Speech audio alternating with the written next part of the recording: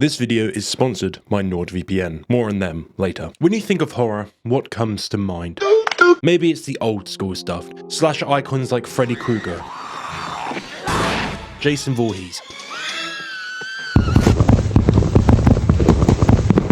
Michael Myers.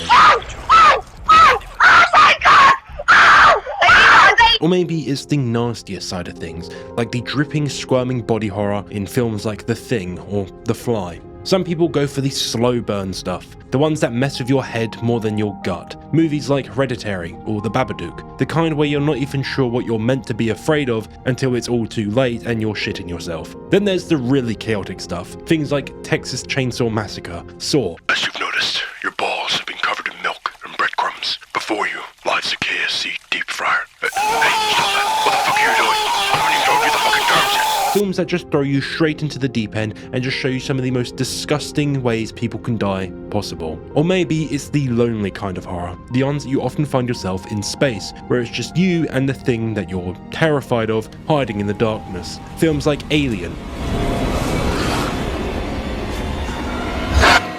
The kind of hopeless, cosmic horror that you cannot fathom a way to overcome. And then there's whatever the internet and the kids nowadays are obsessed with. Things like Five Nights at Freddy's, Poppy's Playtime, Garten of Banban. Weird mascot horror that feels like it came out of a haunted iPad. Horror has always been focused on one key franchise, which birthed my entire love for horror as a whole. And of course, that franchise is Resident Evil.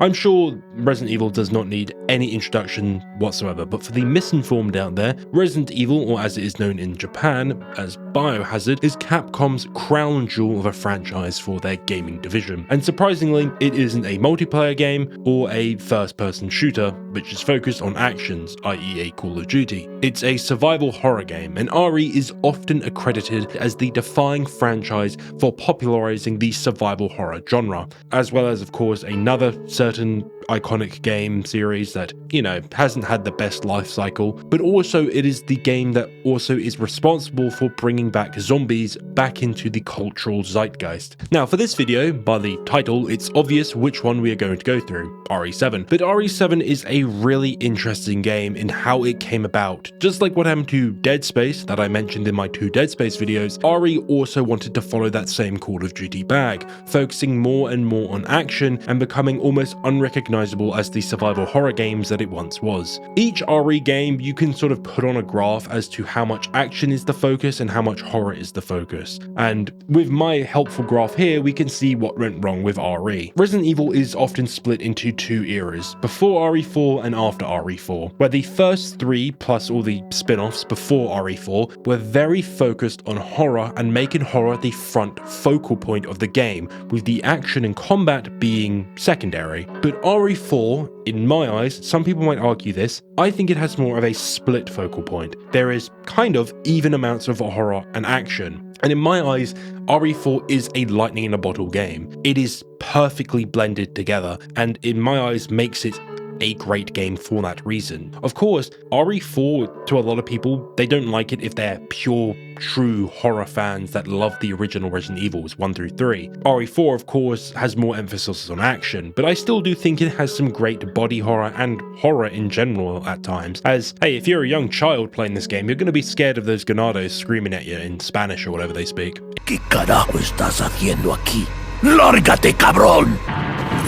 Freeze! And with the release of RE4 and it being the absolute slam dunk it was that just fucking took over the gaming world, and to many is one of the greatest video games ever made, and arguably is a very influential game in the industry for not only pushing forward the third-person perspective, but also, challenging what control methods should be used for those methods in general. Capcom, obviously, after releasing RE4 and moving on to RE5, they decided to figure out what went right with RE4, and they believed that it was the action was the thing that made the game sell well, not the great fucking horror and everything the game had, it was the action. So with RE5, they went full hog with the action and kind of made the horror be the very much backseat part of the game. And they made RE5, which is still the best-selling RE game ever made, which of course it was going to be. It was the follow-up to RE4, and it looked great in general. RE5, in my opinion, has a great setting. I think Africa is a really interesting setting to set a Resident Evil game in, and in my opinion is often overlooked for most games. Now, RE5, of course, is divisive. I don't hate RE5, but as I stated before, I don't think it's a good RE game. I think there is such little focus on the horror, and you're in a location where you could have really emphasized the horror and really, pushed forward things like human suffering as a theme in that game. Instead, it was just you going around villages shooting people. And in comparison to RE4, it was almost unrecognizable as an RE game. RE4, as I stated, has some of those themes of horror still in it. RE5 has none of it. And yeah, and when Resident Evil Giraffe, 6 came out, Capcom completely lost themselves. They made it completely action focused, and RE6 is the Dead Space 3 of the Resident Evil franchise. This could have killed Resident Evil if they continued on. If Capcom kept pushing the action, this would have killed the entire franchise. But after the critical failure of RE6, because man, that is not a good score on either sides, and also it had a decrease in sales, it still sold really well, but it didn't sell as well as RE5, obviously. Capcom decided that they needed to change the franchise for the better. They needed to go forward in a direction that would improve the games more. So they looked at what many people had a problem with, the action. What they believed was the way forward for the franchise, they have now realized was actually the thing holding them back. And honestly, I don't think anyone liked RE6. If any of you out there like RE6, like you genuinely enjoy it, not as like a funny game, but you're like, yeah, this is a great fucking game, let me know. I would love to do that game one day and just sort of go hog wild with it with how bad it is, but that's a topic for another day. So after all was said and done and they sort of went through everything, they decided that they needed to go back to the roots of Resident Evil, go back to the horror. And they believed that this change or revision or reversion of the franchise was necessary, or the franchise would basically be dead in the water on this point. So helmed by Koshi Nakanishi,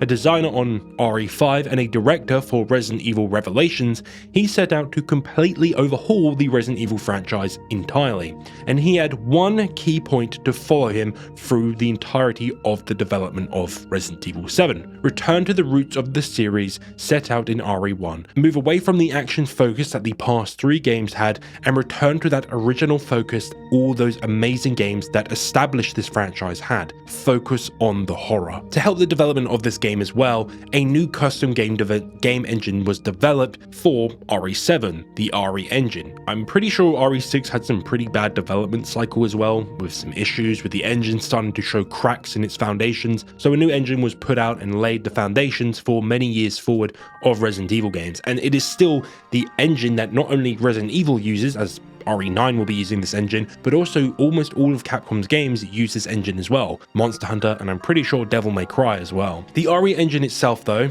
or what it's actually called, the Reach for the Moon engine, was designed to make linear games like RE much more easier to develop, as Capcom in previous years had some very messy development cycles with not only Resident Evil, but many other games as well. And one of the greatest things about the RE engine in my eyes is how fucking good it is at producing some absolutely gorgeous environments. Honestly, look at all the games past Resident Evil 7 and it just gets better and better. There is so many scenes still to this day in like the Resident Evil 2 remake that fucking are drop dead gorgeous. This engine is eye candy for most people, and it is a great piece of kit that Capcom has developed. So with this new tech in hand and a focused team knowing exactly what their target was, they produced a game that would not only help revitalize the Resident Evil franchise as a whole, but in my eyes, it would completely reboot the horror genre for gaming, as at the time, it was believed that horror was something that was not worth making for games. Now with this video, I'm going to make it a little bit different. I'm going to go through the game in chronological order. Well,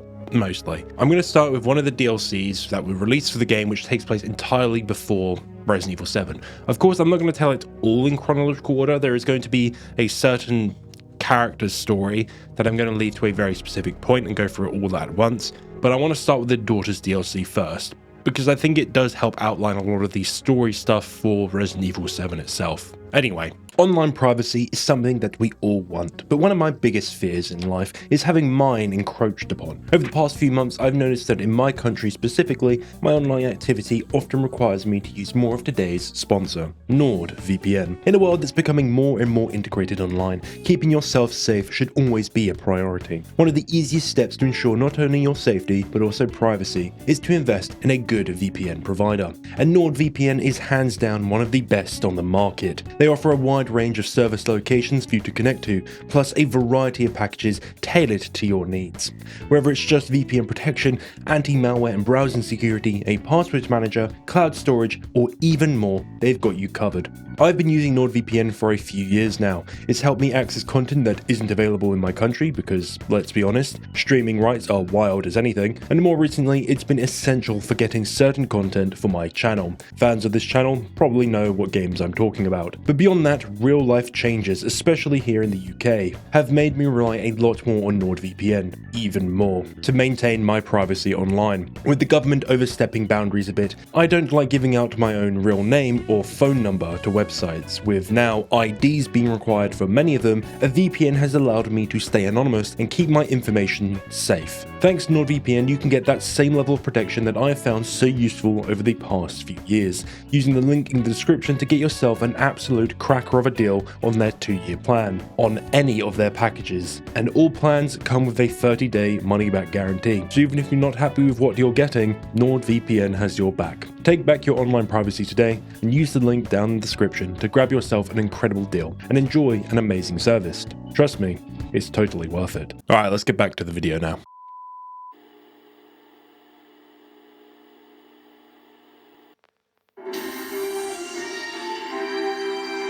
So the Daughter's tape takes place before a major storm, with a news report of a missing ship being on the TV and it being lost within the storm, and also flooding amongst a lot of the United States, stating that most homes within this area have been affected and are cut off from outside help. And as we return to our actual character with them turning off the TV, we are playing as Zoe, and we can hear Jack coming back to the house.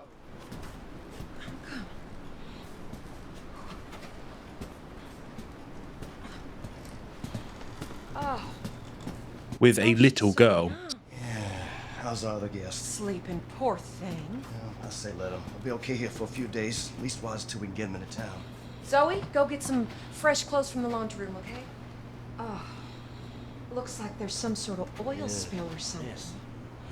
Let's get this poor girl some fresh clothes and into a warm bed. We'll put her in Lucas's old room. Oh, come on, can't you put her somewhere else? Oh, Lucas, you just hush. You long outgrown that room.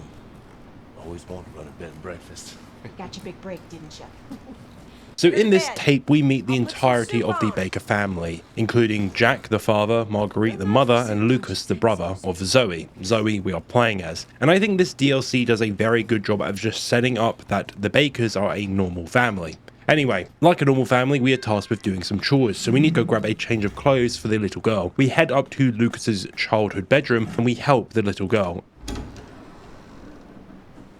Honey, please get her cleaned up and into some dry clothes. I need to check on the boathouse. It's half on the water last I looked. Yes, Daddy.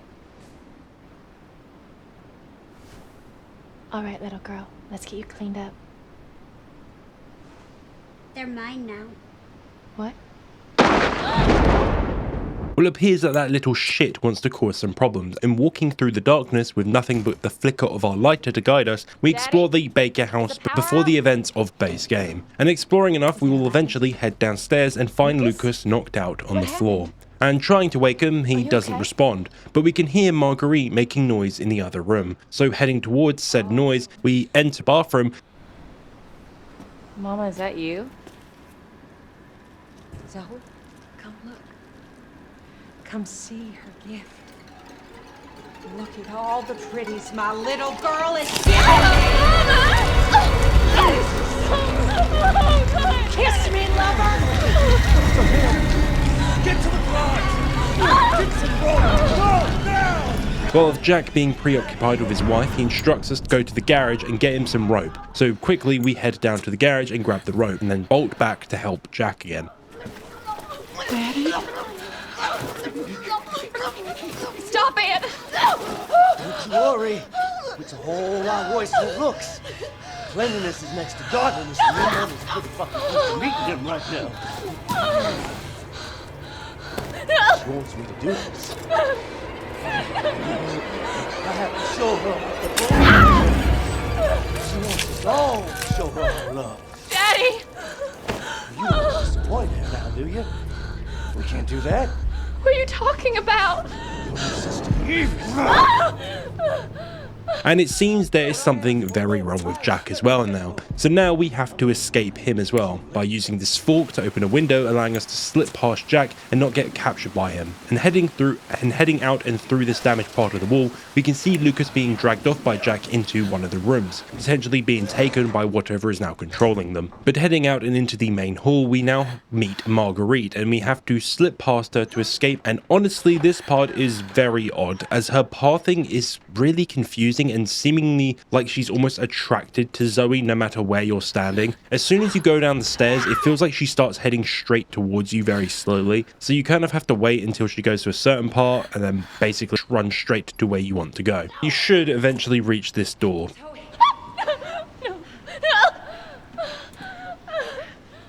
I'm so sorry. I don't know what's wrong.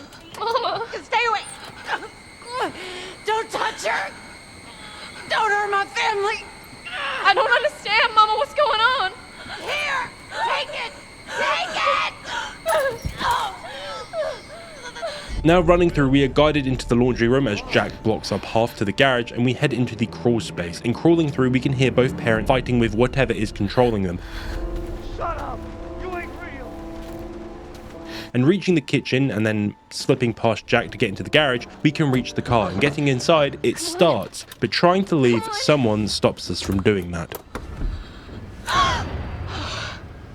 What? Leave us! Don't you want to meet your little sister? Now you're just being rude!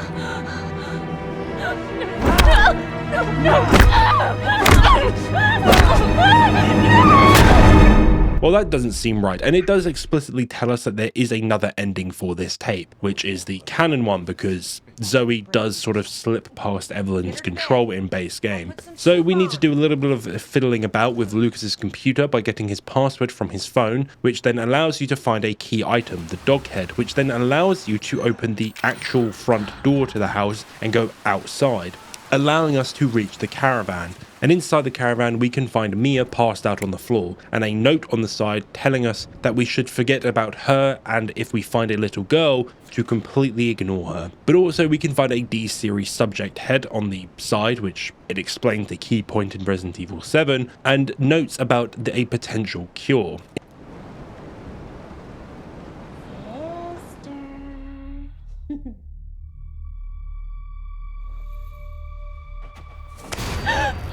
I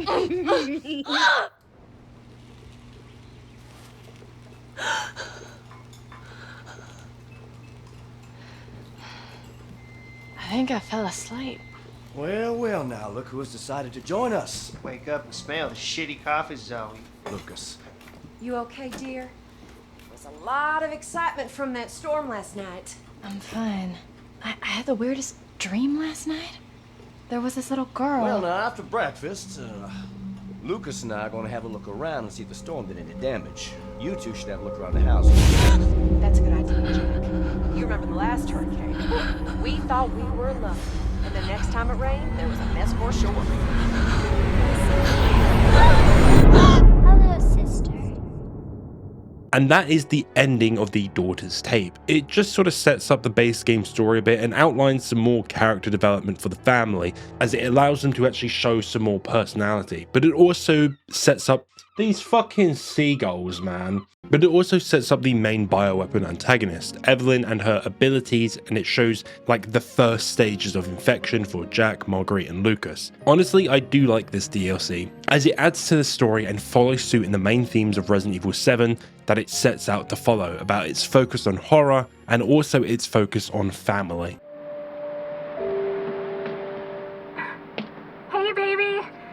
I just wanted to send a quick hello and I love you. Oh, good news! I'm gonna be coming home soon. Yay! Oh.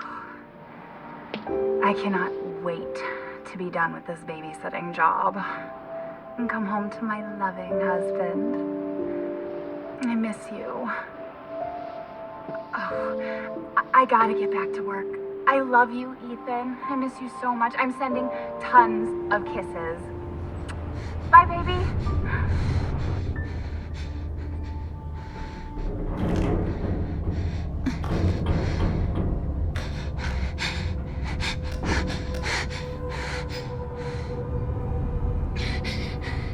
Ethan. You were right. I did lie to you. I shouldn't have. All I can say is that if you get this, stay away. Well, from this opening, we've already got a good hook for the game. So that is Mia, voiced by Katie O'Hagan, and she has sent 2 messages to Ethan. And the second message, of course, telling Ethan to stay away from her babysitting job. And after this, we now get to actually meet Ethan, voiced by Todd Soley.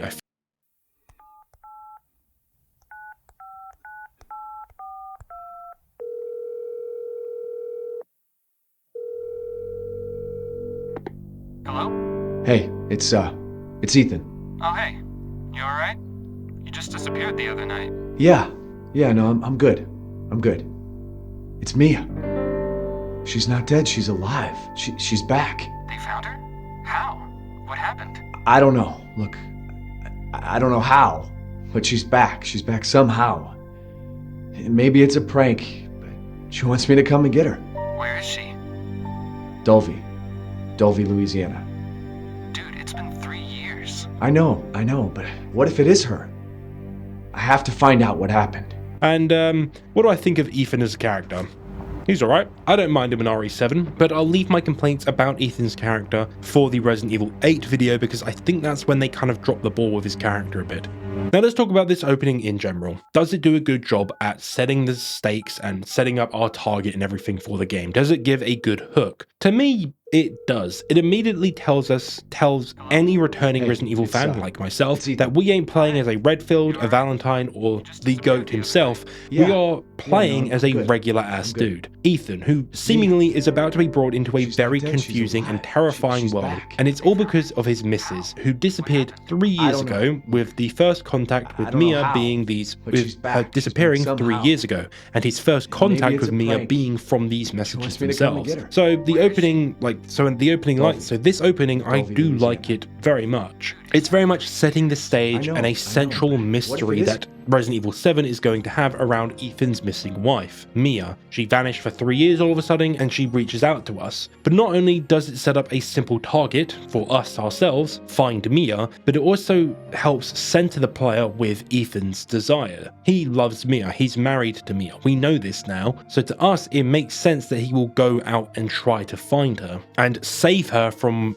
wherever she is right now. It helps to just align us with Ethan's objective. So at the very beginning of the game, us, the player, we understand his reasons for going there, we understand everything. It doesn't make, no sense. It's not like Leon Kennedy, where in Resident Evil 2 you might question why he keeps going deeper and deeper into Raccoon City instead of just backing the fuck out of there. Obviously because Leon's a fucking Boy Scout, but you get the point. Anyway, when does this message that Ethan receives from Mia take him? Well, it takes him to Dulvey, Louisiana, USA, and specifically the Baker Mansion, which is where Mia's letter was basically directing us directly to. It is in the middle of buttfuck nowhere, but of course, this is the central location where we'll be spending the entire game. And something for keen-eyed viewers, if you are old Resident Evil heads and you haven't played RE7 onwards, Resident Evil 7 is in first person, and I know that is crazy. Resident Evil 7 was a big change for the Resident Evil franchise, going into the first-person perspective. Resi has always been a third-person horror game, but the switch to first-person, to me, displays that Resident Evil 7 was much more focused on horror and less on survival horror, as the first-person perspective brings you into the world and immerses you in it, in this disgusting world we're about to just fucking go through. And with Ethan pulling up, we have a casual stroll through the woods, and man, this game is fucking gorgeous. gorgeous. While texture-wise, it's definitely aged a bit, and yeah,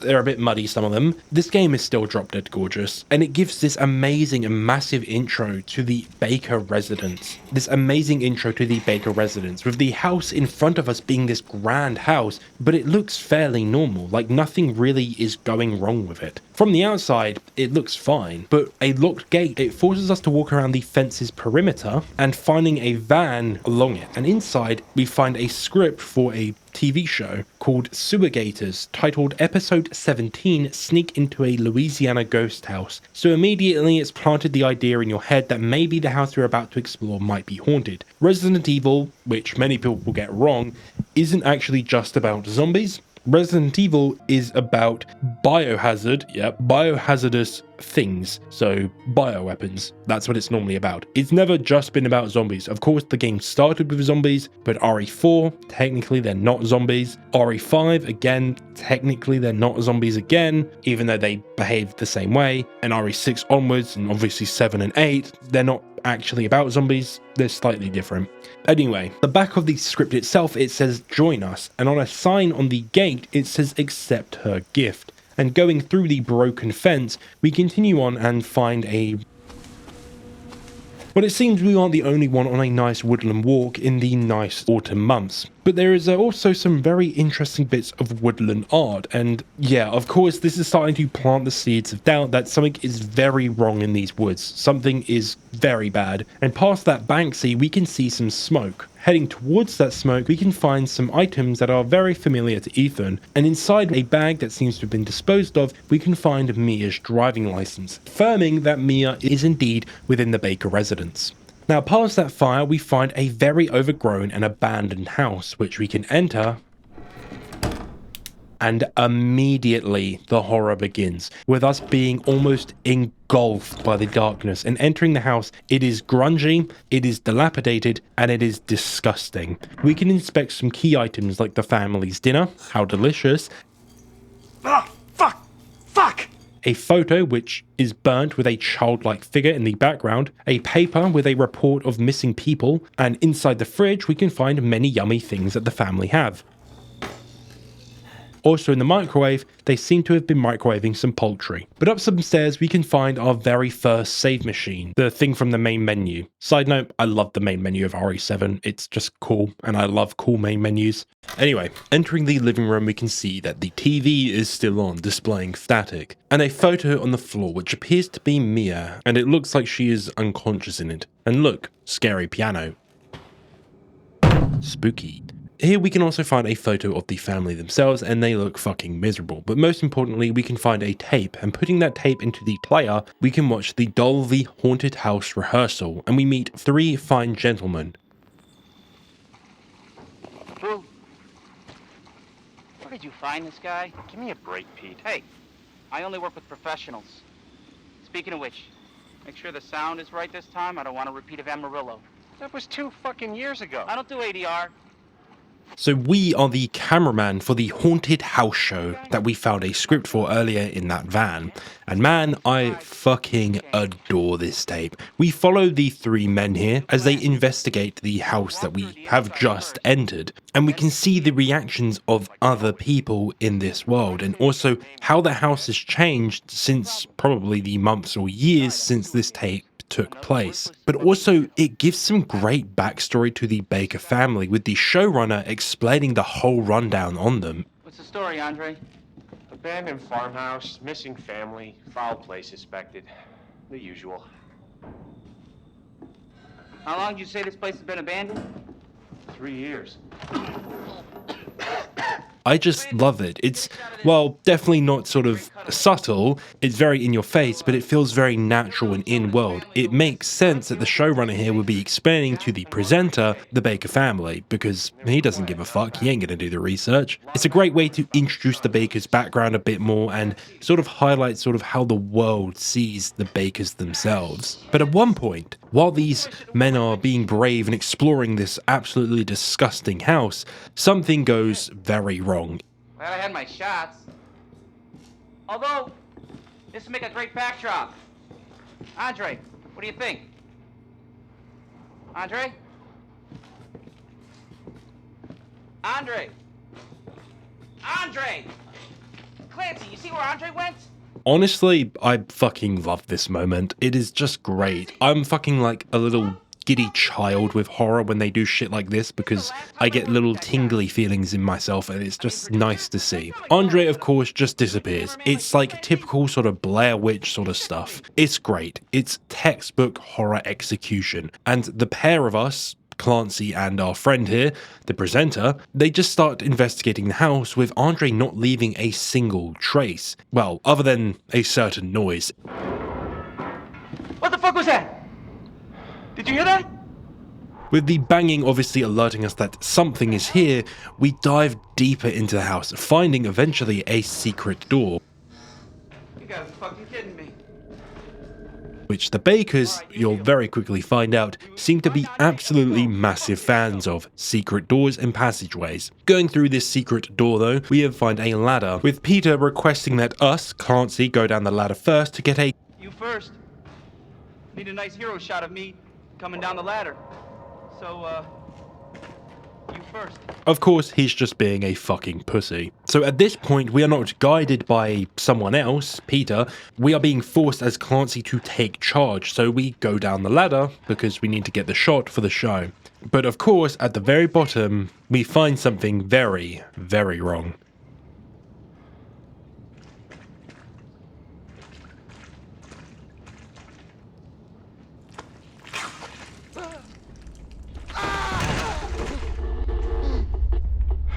Yep, Andre's dead. And with some more screaming, we interpret that the other two men also get killed. And Gameplay Me, honestly, I think said it best in me just sort of doing my live commentary.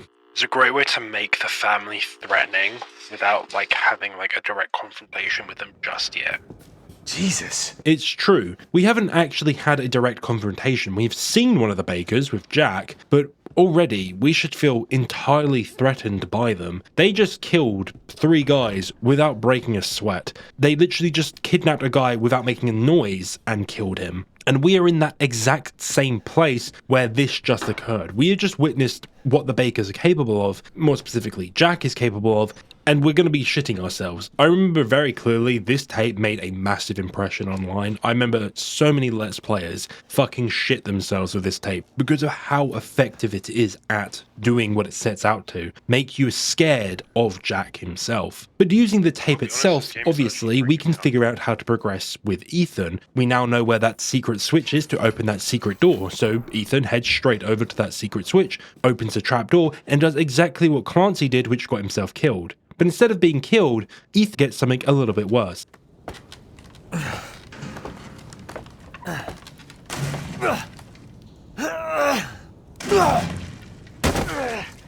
What a fucking idiot. Damn it. Anyway, we can now drudge through some disgusting fucking water, slowly but surely venturing deeper into the house, and I'm sure most of you would have turned tail and fucking dipped straight out of here if it was your choice. But the ladder breaking almost subconsciously forces you forward. It doesn't allow us to go back and sort of hide away, which a lot of horror games have a problem with. If you go backwards and sort of hide in the corner, nothing happens. But Resident Evil 7 almost forces you forward because you now want to get out of the disgusting, dark, grim sewer water to somewhere a bit nicer. It subconsciously makes you move forward, and I fucking love that. It's such a simple thing that plays on player psychology and makes the world and the game so much more immersive. Obviously, this is me fucking nerding out, but I hope you see my point on how Resident Evil 7 uses all these tricks to just make that horror so much better. Again, as well, the game also ties it back into Ethan. Ethan is looking for Mia. Mia is his wife, the love of his life. Ooh, sick bars. But of course, it makes sense that Ethan would keep moving forward. He would keep going out of his way to try find Mia. It doesn't feel out of place in the story, and for us as players, it makes sense. We want to get out of here, he wants to find Mia. Anyway, past this floater that appears out of the water, we can go through a door, and we can see a faint light in the distance through some fences, and making our way through while being jump scared. Fuck that, bro. If you want to know, I have played Resident Evil 7 quite a few times, and I still got scared and jump scared constantly. When you're playing this game late at night, in the dark, in silence. You get very into it, I will be honest, and it's been a few years since I've played RE7, so there's a couple of fun reactions. But on the table, we find a list of names, with them either being dead, turned, or L, which probably means lost if I have to assume. And Mia is there on the list, but she has nothing next to her. And this list is next to some bolt cutters, which allows us to break open the door and meet with a woman on the bed that we saw a minute ago. And on that list, by the way, if you want to know, you can see all the names of the victims of the bakers either being turned or killed, but also we can find our 3 little protagonists from that tape: Peter, Andre, and Clancy. Peter and Andre, they're dead. Clancy is L. What is L? Well, you might think lost, maybe he escaped. Spoiler alert, it means Lucas Baker. We'll get into that in a bit. But now Ethan does something that I do not do. He speaks to the woman. Mia, oh thank God I found you. It's me, it's Ethan. Ethan? Ethan? Are you alright? You shouldn't be here. What do you mean? You contacted me. No, I wouldn't. Did I? Did anyone see you? Did he see you? Hey, who else is here? What the hell's going on? Daddy's coming. We need to go. Daddy? We need to go now! Well, she mentions the daddy, and who is daddy? Hope she ain't been cheating on our boy here. I don't want to be playing as a cuck. Anyway, jokes aside, Mia is told it's been 3 years since her surprise exit from Ethan's life, and she seems extremely surprised by that fact, almost as if she hasn't perceived time normally. And many questions asked by Ethan are met by the same response: Mia pulling an exo stranger. What is this place? What'd they do to you? Not now. We need to get out of here first. I think it's this way. Fair enough. So Mia doesn't explain anything that has happened to her in the past 3 years, and she focuses entirely on escaping, despite her very clear trauma to her head and the pain she's exhibiting. Despite saying she'll explain later, Ethan decides he doesn't want to shut up, and he keeps asking Mia to explain what is going on. We have to talk. That message you sent me. Not me. That wasn't me. But you did. I didn't. Okay, fine. Just tell me what's going on. I'm telling you everything that I know. This is a problem Ethan has. He says and asks a lot of the same questions, and it gets really bad in Resident Evil 8. I actually really like the voice performance for Ethan, and honestly all the characters in RE7, except one. But Ethan's character is written in the just strangest way possible. It's very clear to me that there was a debate at Capcom of whether to make Ethan a silent protagonist or make him a full protagonist like Chris, Leon, Jill, Claire, all of them. And they landed in a place of being almost in between. Ethan doesn't really show a lot of emotion. He asks a lot of questions and he does a lot of noise making, but he never really shows any sort of emotion, and you never really sort of get into his character a lot. Well, he does show some emotion, mainly anger, but we never really get to dive really into him unless you really look at context clues and like really fucking pull stuff out of this game. And I just think there was a debate at some point of whether to just make this a silent protagonist, and I think they should have given Ethan way more lines in my opinion and made him more of a character in my eyes, because it's not that he's terrible. I'm not going to say that. I'm not going to say Ethan's a bad character. I just think he is a character that could have been a lot more. I think Ethan easily could have stood up there with Leon and Chris as like the peak Resident Evil characters, because he has a lot of cool moments and a lot of cool potential character writing in both these games, but he never really reaches them highs that both Chris and Leon have. But anyway, I'm going to stop bitching about that. Now, the message as well that we got from Mia, she states that she doesn't remember sending it at all. And guess what? I got terrified of cans right there. I don't ask. I am genuinely pathetic. But with the pair finding the door, they head straight through and I remember this room. There's another door here. I'm sure of it. It's not here. It's gone. It's gone! Women, am I right, guys? I honestly can never resist making that joke. With Mia having some pretty threatening words, which sound fucking terrifying with her going on about a family or something, let's investigate the area. On the table, we can find a photo labeled E001 with an old woman on it. And with us going into the other room and around the back, we hear... No, leave me alone! You'll be alright, lass. Mia starts to get attacked, and with us investigating, hey look, This is the door that Mia was on about. I mean, maybe she found it. Maybe she was the one that made all that noise. Now, let's head up these fucking terrifying stairs.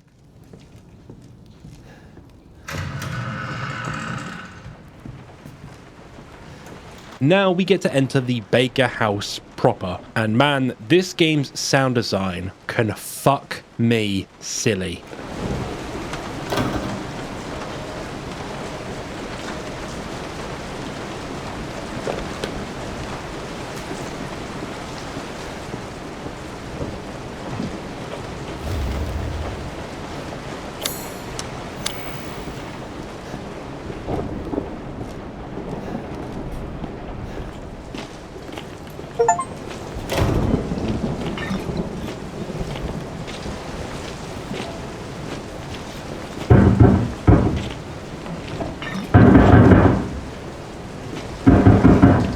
Occupied. It is bloody gorgeous. Every goddamn sound that you can hear in this room interacts with the materials in the room in all different fucking ways. The rain we can hear outside sounds different when you go in the bathroom. The way the wind whistles sounds different in the bathroom to the hallway. It is honestly fucking insane how well made this game's audio design is. But not only that, the way noises echo throughout the house is so cool, especially later in the game when we start sort of encountering the stalker enemies and they're calling out to us. The way that their voice echoes around the house is so fucking cool, and this is what I adore about horror games in general. They are the most immersive games possible, and honestly some of the ones that I get the most into for this very reason. The developers focus on making the world as realistic as possible. The rain sounds real. The way the wind whistles through this old house sounds real if any of you have been in an old house like this before. The way that the building just creaks and groans and makes noises feels so cool. Honestly, Resident Evil 7 to this day is one of the best experiences for what I call immersive horror experiences. It uses these very simple things like just basic sound effects and basic sound design to really elevate it to another level. And in this area, we get one of my favorite moments. Oh, I fucking love this game. It's class. It is a masterclass. The removal of all the noises and the rain just heightens you that more. It puts you on edge. You always had that constant background noise. Now that it's gone, you hear everything. You hear the silence. It is, and the best way I can put it, pure cinema. And it almost prepares you for a jump scare out of nowhere, but it doesn't happen. You search around the house and you can't find anything. There is no jump scare that happens. A dog doesn't come flying through the window to attack you, or a zombie doesn't appear in front of you. Eventually you'll get to the point where you'll think, what if I just go back down the stairs? And yeah, Resident Evil 7 makes sure to make this moment really hit hard.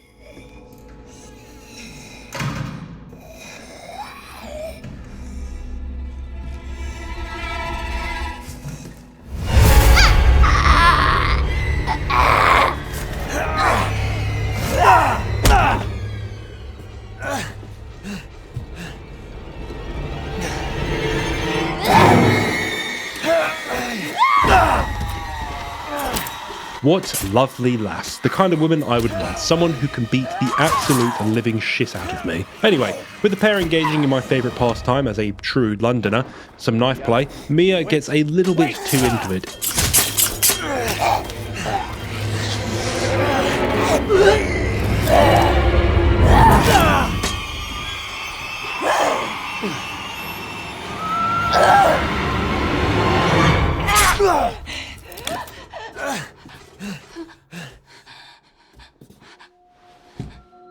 I can hear her.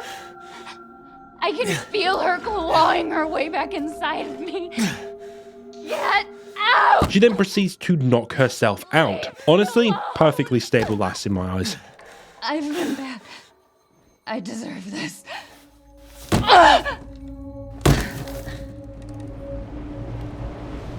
The fuck are you, Mia? Your wife. And guess what? With Mia being knocked out, we walk around a bit trying to figure something out, but Mia doesn't stay down for very long. Leave me! Honestly, she's perfect. I'd let her kick my ass. But Ethan ain't one for letting his woman win in every fight like a husband should do. We get to now equip ourselves with a hatchet. We get to enter our first bit of combat, which is melee combat, and also our technical first boss fight, with Mia here. Now, the melee combat, to say the least, is very simple. It is press one button and circle the enemy until it dies. But at least we also have a block button as well, which honestly you won't be using that much, like, unless you're like sort of getting too close to enemies. But honestly, I don't mind that the combat is simple. To me, it shouldn't be as complex and as tactical as something like the RE4 remake is, with Leon being able to just fucking 1v10 an entire village. Ethan is a normal guy. It's kind of fitting that the combat feels stiff and almost unresponsive at times, because he is just a normal guy. But with our domestic occurring, it ends rather tragically, with Ethan landing a killing blow on Mia.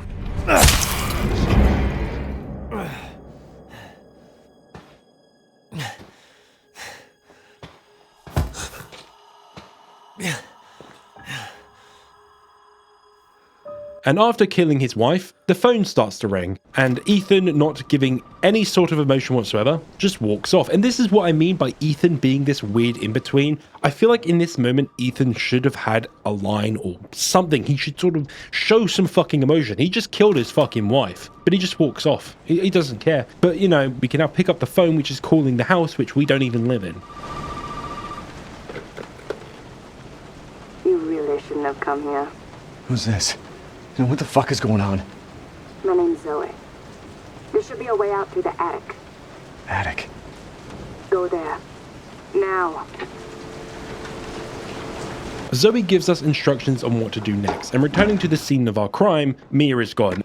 We can retrieve our axe for protection. So now we can actually return to the kitchen area from the start and actually retrieve some bits from things we couldn't open earlier with the help of these bolt cutters. We can also quickly fix the fuse box in the living room, and that fuse is for the button upstairs. So let's quickly head up there. Ethan, it's okay.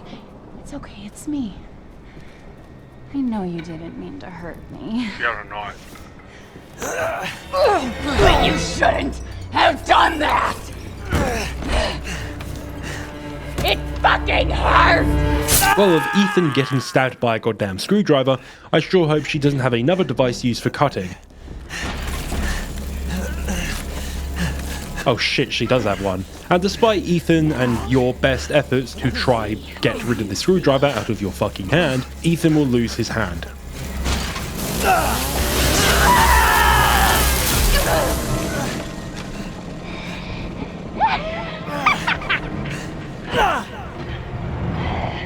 It's my job. And Mia starts to fight back, seemingly with whatever is controlling her. I promise. Must burn it all down. And we can also grab our hand. So with the brief break from our crazy ex-wife, we head upstairs and hit the button.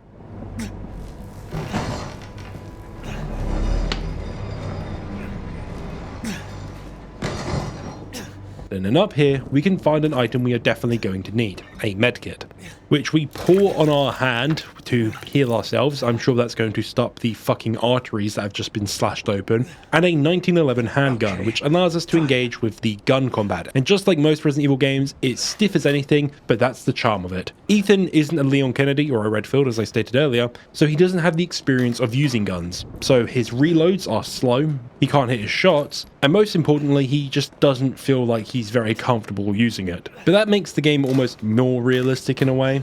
Again, I'm not going to keep repeating it, he is just a guy. But with us trying to escape up this ladder and out the window, Mia decides that she wants to ambush us and enter the next boss fight. Anyway, we start blasting with the gun, and eventually with enough bullets, Mia will drop dead again.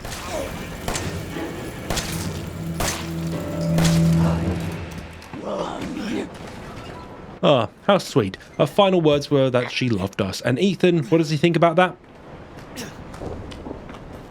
Great stuff. Anyway, let us try find a way out of here.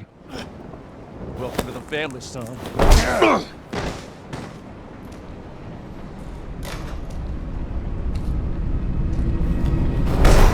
Well, that didn't end on too well for him, did it? With Ethan being curb stomped, we are brought into the Baker family, with Mia on Jack's shoulders and us being dragged along the muddy floor to the Baker mansion. And again, we black out. Come on. Don't you die on us now. You have work to do. Well, it seems Zoe has fucking stapled our hand back on and giving us a fancy new Apple Watch. But of course, Ethan passes out again because, man, look at that wrist. That is grim. Look at it. Look at them staples. Does it make you feel sick? It makes me feel sick. Disgusting, honestly. It tastes like bubble gum. It's with weird smell. Where am I? What the hell? Rise and shine, sleepyhead. It's time for supper. Who are all you people? Where's Mia? Eat it. It's good. Dumb son bitch wasn't no good if it hit him. Yes. Man, not again. Get out the way, Marguerite. Hit boy's got to eat. He got to have his supper.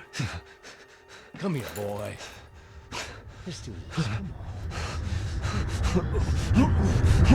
Oh shit, he's not eating it, Jack! He's not eating it! Shut the hell up, Marguerite! I made that for him! Get the hell out of here! You're a son of a bitch! Oh, I can't believe it, you son of a bitch! He's not eating it! This was supposed to be a very special feast. Come on, boy.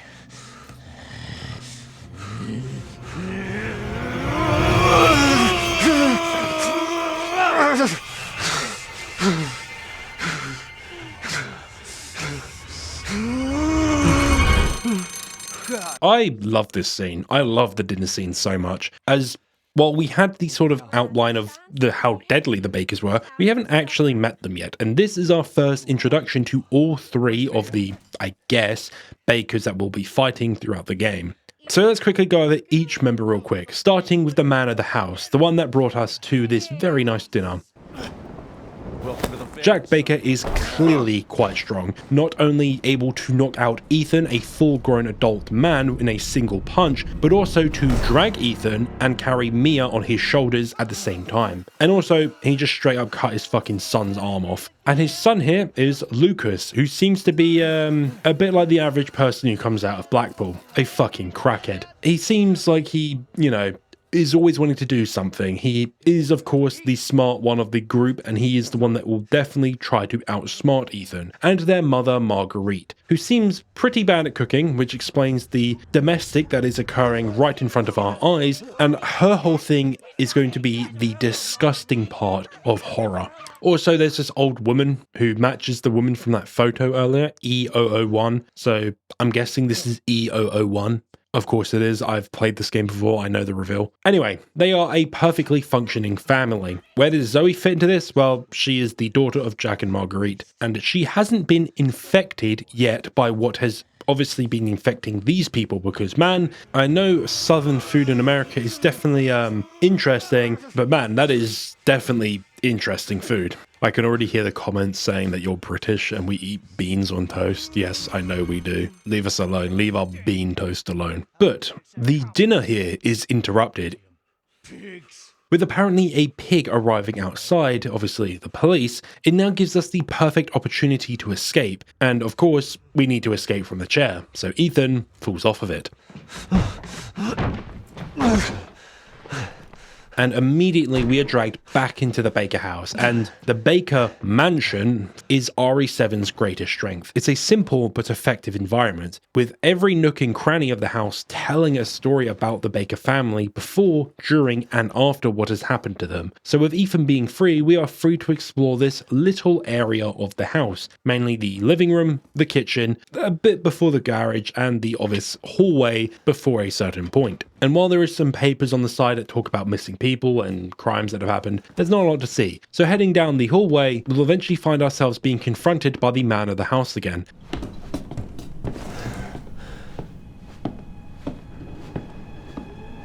And we enter our very first stalker sequence. Now, these stalker sequences obviously have been very popular in Resident Evil games, mainly RE2's Mr. X. You have Nemesis in RE3 and the remake, but honestly, RE3 remake is kind of bad. And RE4 does kind of have a stalker section with a regenerator, kind of. Jack Baker is sort of the first modern stalker in a Resident Evil game that is actually really good. And Jack will act as the main stalker of this game. There is a couple of stalkers in this game, but Jack is the main one. Now, a lot of people will say that Jack is the scariest stalker or the scariest sort of enemy in any Resident Evil game. But why is that? Well, I think it's for one reason. It's because his pathing is random entirely. A lot of the stalkers have set pathing. They path in a very predictable manner, and you can often exploit this fact. Mr. X, while a great stalker, you can very easily exploit him with how he paths. Jack, however, yeah, this fucker walks wherever he wants. Case in point, if you are found by Jack and his random pathing when you try to hide in a corner, you'll start to have to scrap with him. Oh shit. Slip out before dinner was done? And trying to run away through the hallway he was. What makes Resident Evil 7 such a scary game in general in comparison to other RE games with stalker type enemies such as RE2 and RE8 is just how restrictive the map is. Unlike Mr. X and RE2 being easily slipped past in the library, or Lady D's extremely predictable movement and exploiting the save room, the Baker Mansion doesn't have a lot of space for you to actually play with and sort of maneuver around. And Jack's random movement makes him always a threatening presence within the map when he's in the field hunting you. His random movement combined with the fucking tight spaces and tiny fucking areas of this game make him so much more intimidating because you can never really sort of juke him out because A, he's faster than you, and B, he might just randomly walk into you if he decides he wants to. To me, he is the second best stalker enemy in all of Resident Evil. I do think Mr. X edges him a bit, but Jack's personality very much makes up for, in my opinion, his almost lack of use within the game. I know that's very weird for me to say, but I honestly wish Jack was in even more of the game. But yeah, I love Jack Baker. I love the way he calls out to Ethan, and it just freaks me out.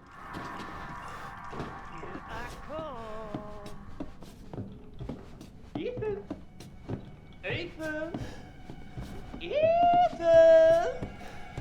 His taunting is honestly peak, and Jack to many is the highlight entirely of Resident Evil 7, and yeah, he is to me as well. It just makes the opening of RE7 so strong and so engaging, and honestly, it's all thanks to a great voice performance by Jack Brand. He really does help elevate Jack Baker as a character, and really does honestly performs a character to me that embodies what a child would see an abusive father like. Just this intimidating presence that's almost mocking and just sort of being an arse all the time. But anyway, I want to point out something interesting. If you are caught by Jack, he might decide randomly, it's completely random, to cut your fucking leg off. And with your leg cut off, he will now start to taunt you with a medkit, and he will allow us to use the medkit on our leg, and we can reattach our leg back to our body.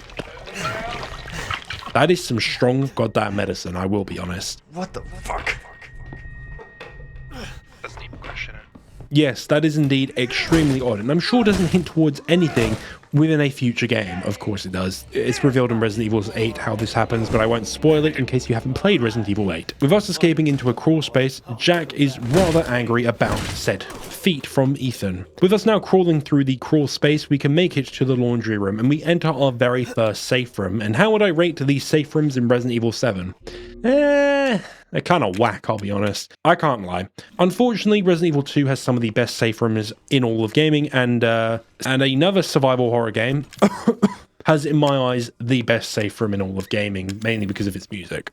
The safe rooms are okay. They're simple, they're just rooms with a save machine in them, and they're obviously the crate in it as well. But they're never really interesting environments to me. They're just part of the house, and that's good. But it makes you question why even a cassette player is there. But hey, maybe they're trying to listen to some music while doing the laundry. But exiting the laundry room, the phone rings behind us. So heading back in, we now pick up the phone. You did good, Ethan. Zoe, right? And what the fuck are these? Shut up and listen if you want to stay alive. You gotta get out of that house. There might be a way out through the main hall. All right. Oh, and that thing on your wrist is a codex. Don't lose it. It's important. Well, with Zoe giving us some important information about the watch that we have on and the objective that we should be following, which is to escape, and me currently in the game, I was gushing over her voice because I don't know why, my brain likes her voice. She's voiced by Giselle Gilbert, and I'm not gonna gush anymore. I just like her accent. I don't know why, it just activates a neuron in my brain. Anyway, now putting the phone down, we can explore the house a little bit more, finding some interesting bits of reading about 3 missing people. 3 missing during Urbex trip. State authorities are asking for help locating 3 men who went missing during the travels to Dolby Parish from New Orleans on the 9th of this month. Missing men have been Peter Walker, Andre Stickney, Clancy Jacobs. 3 produced videos for the internet and traveled to Dolby to shoot footage. Yes, this is about the 3 who we saw die, other than Clancy, in the videotape. And it's just a great bit of world building and obviously shows how long they have been gone for. But now we have our first puzzle to do with this door right here. So we need to explore the area we have, and eventually we are called out by a friendly voice. Hey you! Hey, over here! Hey, you gotta help me. Hold on, back up. Now, sir, do you live here? I mean, is this your property? What? Me? No. No. All right. Now, we got several calls about some missing persons lately. You don't understand. I gotta get out of here. Now, calm down. You're not listening to me. There are crazy people in this house trying to fucking kill me. Well, all right. Let me tell you this. You don't exactly seem like you playing with a full deck yourself, all right? Are you kidding me? Look, like I said, we've had several missing persons calls. And I can't rule out that an outsider like yourself may not be involved. All right. I'll tell you whatever you want. All right. Now, that's more like it. Now, meet me in the garage. We'll talk there. Hey, wait. You gotta give me your gun. You must have lost your mind. Look, officer. Deputy. Right. Deputy. Now, do you want to see my name in the obituaries? Or do you want to be a hero and save my life?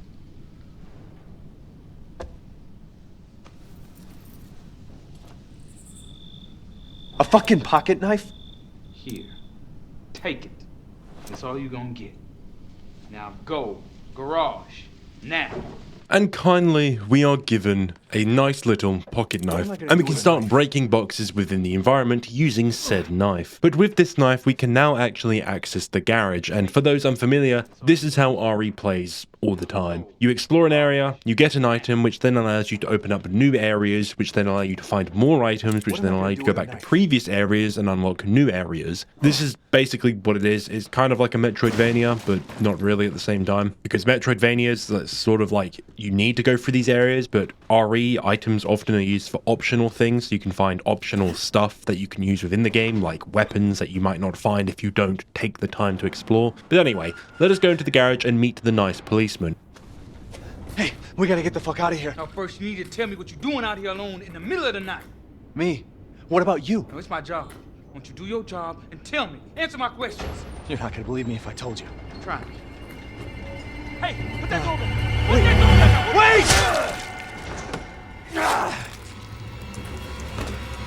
Hey, at least he wasn't the first person to die in this game. But now we enter our very first boss fight here with Jack himself, and the gun that the cop refused to give us is now handed to us very nicely on the cold hard floor. And this fight, you can do this fight in quite a few different ways.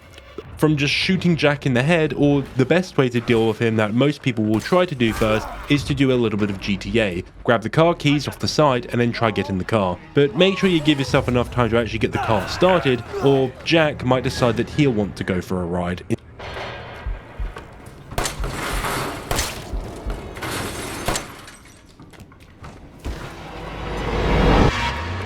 Better start running, But actually getting the car for yourself, you can start to run him over. And after hitting him a couple times, you might think that you finally killed him with him no longer getting up. But of course, Jack doesn't wait for the 10 count to finish. Ah, shit!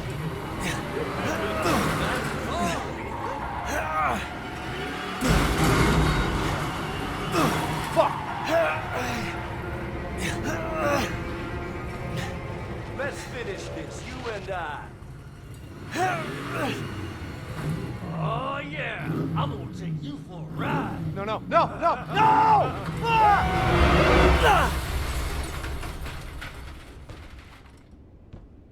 Well, with Jack dealt with via a car crash, let's just get out of here.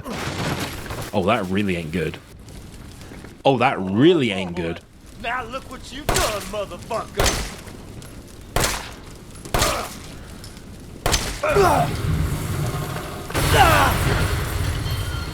Oh, surely he is dead after that. Let's just get out of here. Boy, have your attention, boy. You're about to see some fuck! Jack do be quite the tanky individual. Anyway, now blowing his head off and escaping the garage, we can now retrieve the item that we need to from this picture frame above in this sort of upper area of the garage. And taking it back to the door, we can open it up. But before that, I broke these two little bobbleheads, which are in fact the main collectible. In all Resident Evil games, there's some sort of collectible thing that you can break that often is either for currency, like in RE4, or just a fun collectible thing that you can do. But going through the door, we enter the main entrance hall, or I don't know what this is. This is too rich for my fucking brain to really understand. And immediately in this room, we will find our next objective, the door which is missing some heads for a dog or a Cerberus. And doing some more searching, eventually the phone will ring. Did my daddy give you a hard time? That's your father? He used to be. I'm sorry, but he's dead now. You just might be able to pull this off. What? Pull what off? There's something I need you to do, but I can't explain it right now. You may need some sort of keys to do it, but find a way out of the house. Okay. I'll be in touch. So we need to find a way out of the house, with these three dog heads, as I mentioned, being the key to unlocking this door. So we need to start searching the area. First of all, using the clock pendulum that you can find inside one of the grandfather clocks, you can run back to the living room and inserting it into that grandfather clock, you can get one of the first dog heads. After this, we now head back to the main hall we just entered and head upstairs. Icon. It's been so long since I played RE7.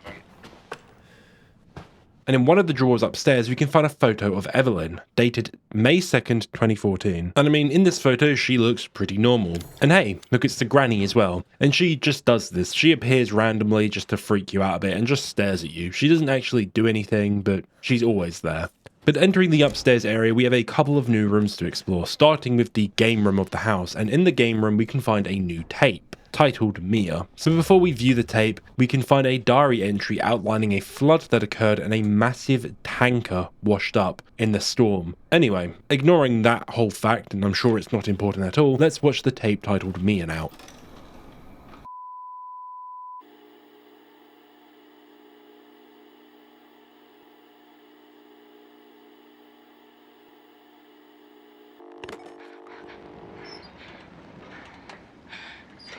Ethan, if you find this, I know I can't expect anything from you. Not after what happened, after what I did. But I just want you to know that wasn't me. I don't know what happened. There's so much that you need to know. There you are! You gave us quite a scare, young lady. So this tape is a little bit newer, i.e. it's about 20 minutes ago. It takes place after Mia attacked us and she is being pursued by Marguerite. And this part of the game is honestly pretty fun, I like it. Who the fuck is that girl? With the little girl doing a vanishing act, we now have to have this fun stealth section avoiding Marguerite, avoiding that old hag, and getting past here and going out onto the balcony, we can spot a rather interesting bit of kit, a spray can attached to a burner nozzle, obviously a flamethrower. I'm sure this isn't showing us an item that we'll be able to get later in the game at all.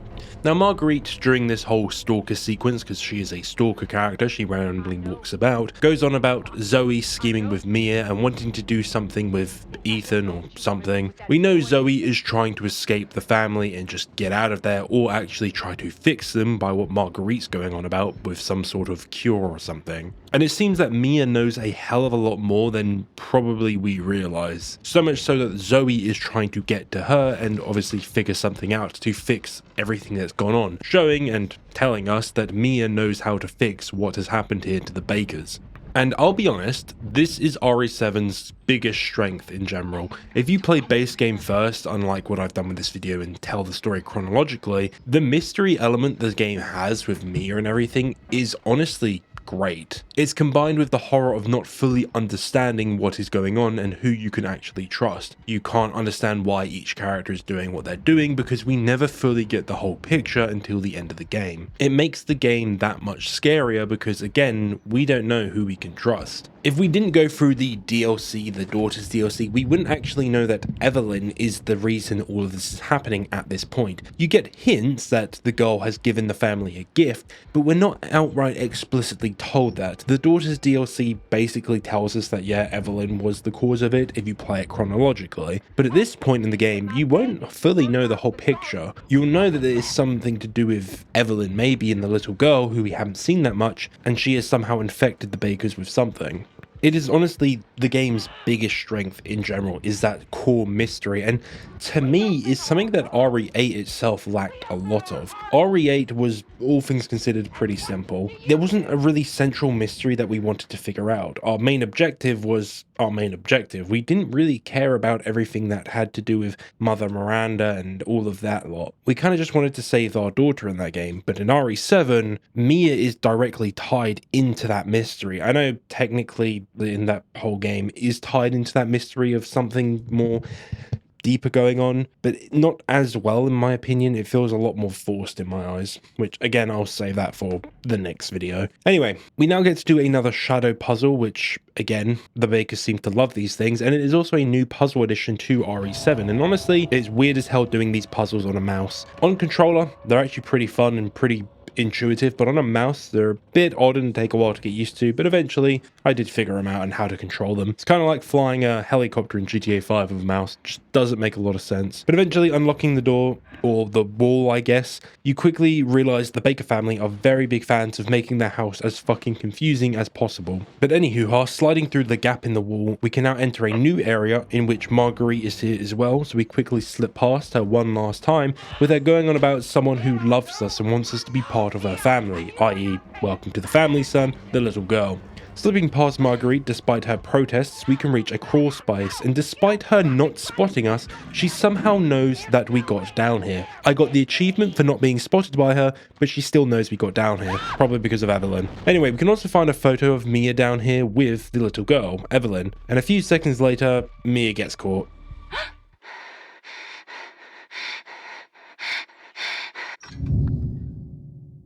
Where do you think you're going?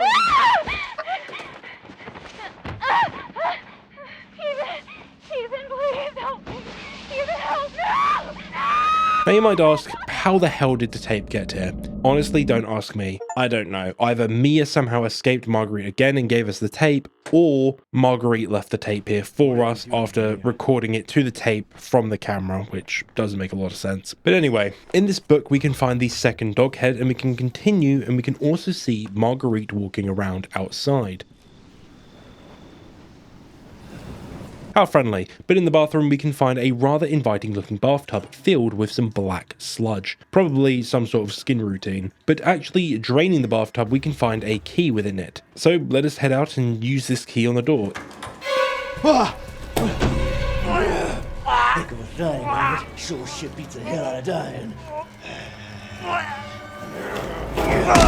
Well, it appears Jack has returned once again, so we now have to make a run from him, with him becoming again another stalker enemy. And trying to escape him, I did something that I fucking love this game has. You're gonna have to do better than that, boy. Ah, shit, mate. The cans here was complete accident by me, but it is honestly the best way I can display how the game's sound system works. Jack has ears, he uses them. Me stepping on the cans alerted him to a potential position that I was in.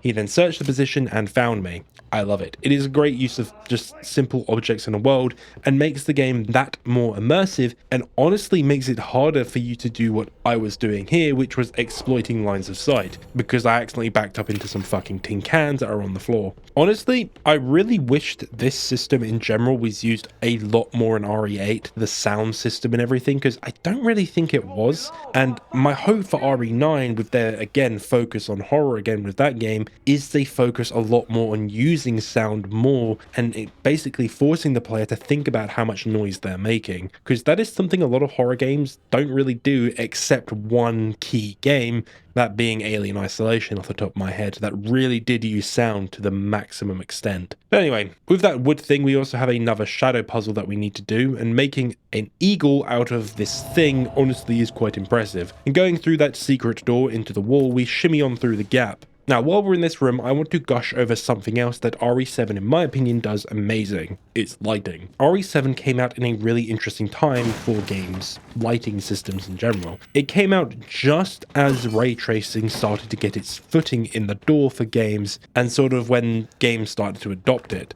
RE7 does have ray tracing on PC, which I was playing it on, but it's pretty bad, I will be honest. It's not great, and it doesn't look that good, as it is a really, really old version of ray tracing that is not that great. Moving around causes reflections to get really blurry and look really bad in my opinion. And what is the most funny thing is the game's basic lighting system, the baked-in lighting that the developers placed, in my eyes, looks a lot better. The lighting that the developers used is purposeful and it gives the game almost a better look to me. It's very dark, but it's purposeful for that reason, and I actually like it a lot more. And I'm sure if I used the ray tracing, it would be even darker, and it honestly probably wouldn't have looked as good as it did. I often hate how ray tracing now is often just sort of thrown into games because it is the easiest system to implement. Like, don't get me wrong, ray tracing is fucking amazing looking at times and can make some games really cool and makes the world feel more alive, but linear games like this, I actually think don't benefit from ray tracing as much. Think about movies and TV shows. They use their own lighting to light sets. They don't use natural lighting because guess what? Natural lighting isn't perfect. There's a reason why all YouTubers use a fucking ring light to illuminate their faces, because the sunlight ain't gonna do it well enough. So using sort of these baked lighting systems that the game can have, I honestly think sometimes makes better looking games in general, and RE7 to me is a perfect example of that.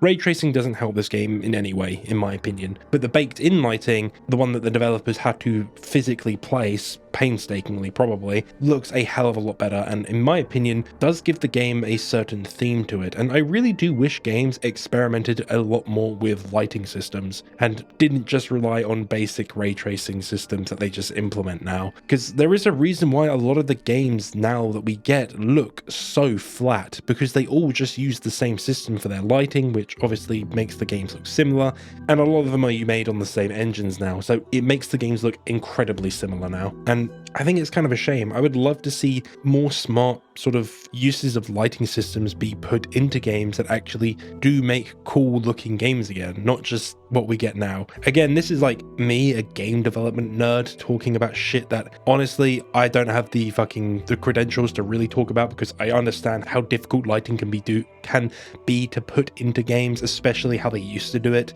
compared to ray tracing now. Man, I don't know. RE7's just basic lighting system is just cool. I like it. Anyway, enough of me gushing about that. Look at all this black mold on the wall. That definitely can't be good for your lungs. And honestly, this is the first time that we start to see what is potentially the problem with the Baker household.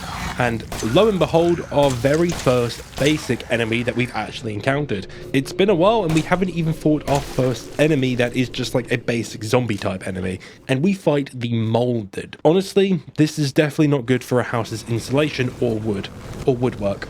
So the Molded here are the basic enemy type for RE7. They're slow, shambler type enemies. They're the basic zombies from RE2, but for this game, and surprisingly they are quite tanky, and a mistake that most people make with this game and all Resident Evil games is not shooting things in the head. Obviously my brain is zombie coded, so I always aim for the head of anything, as that is often the weak spot. So when an enemy doesn't have a head as its weak spot, it often surprises me. So the Molded here will take 4 bullets from your pistol in the head. If you decide to shoot them in the body, it will take probably triple or quadruple that. I think. I actually can't remember because I don't shoot them in the body. I always shoot them in the head. But honestly, I love the Molded. They are a really cool design in my opinion, and are actually a great way of distinguishing Resident Evil 7 from the other games and their more zombie type enemies, as each Resident Evil game has a different type of biohazardous thing or bioweapon. Obviously, RE0, 1, 2, and 3 had the same one, but RE4 had a slightly different one. RE5 again had a slightly different one. RE6 again, slightly different one, but they're all kind of the same. RE7 was the first big departure from infected / zombie type enemies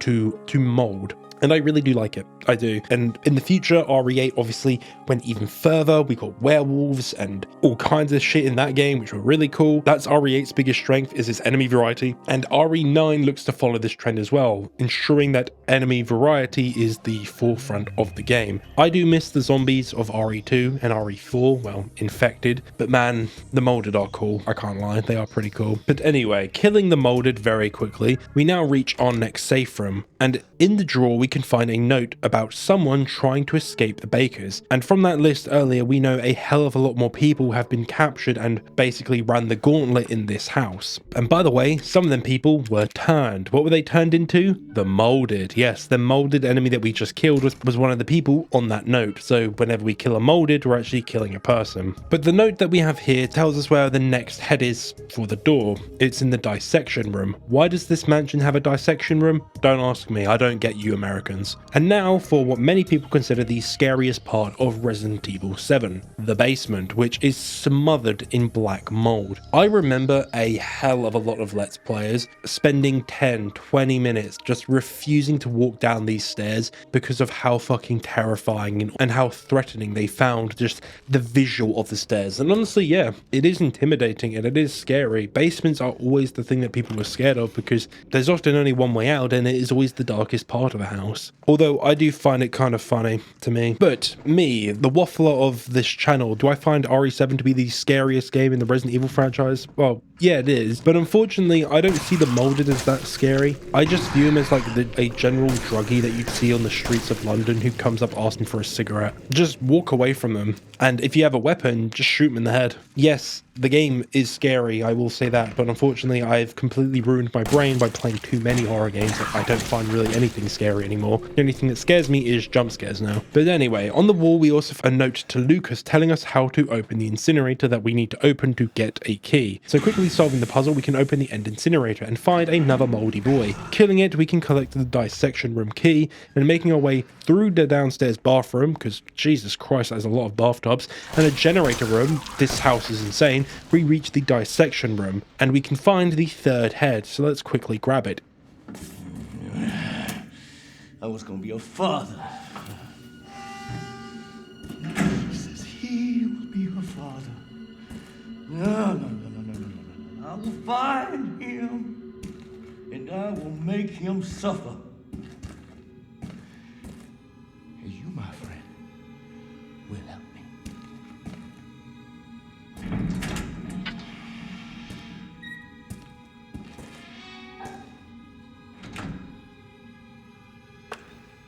But it seems that Jack is a wee bit angry and is going to make us suffer, and with him having the final head that we need to get it off of him. So we now walk around and finding a hell of a lot of bullets, which should immediately tell us what is about to happen. Here's a rule for anyone getting into survival horror games. If you find a room with a hell of a lot of bullets and healing items, you're about to enter a boss fight. There's no other way around it. So we grab all the bullets, and also we can find the cop's body who is pinned to the wall. Poor deputy. Moving past that grim sight, however, we can find the dog head hanging on a hook.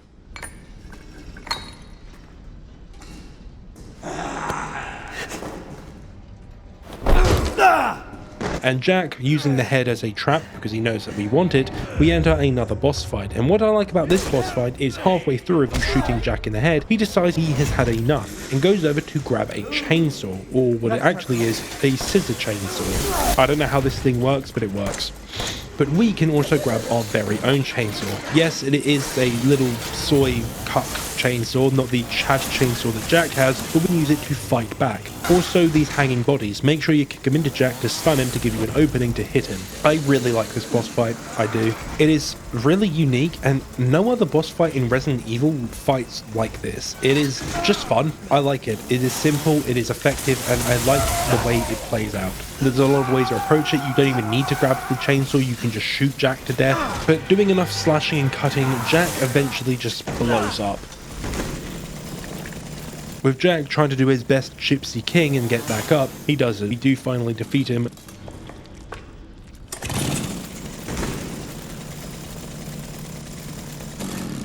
Do me a favor and stay dead.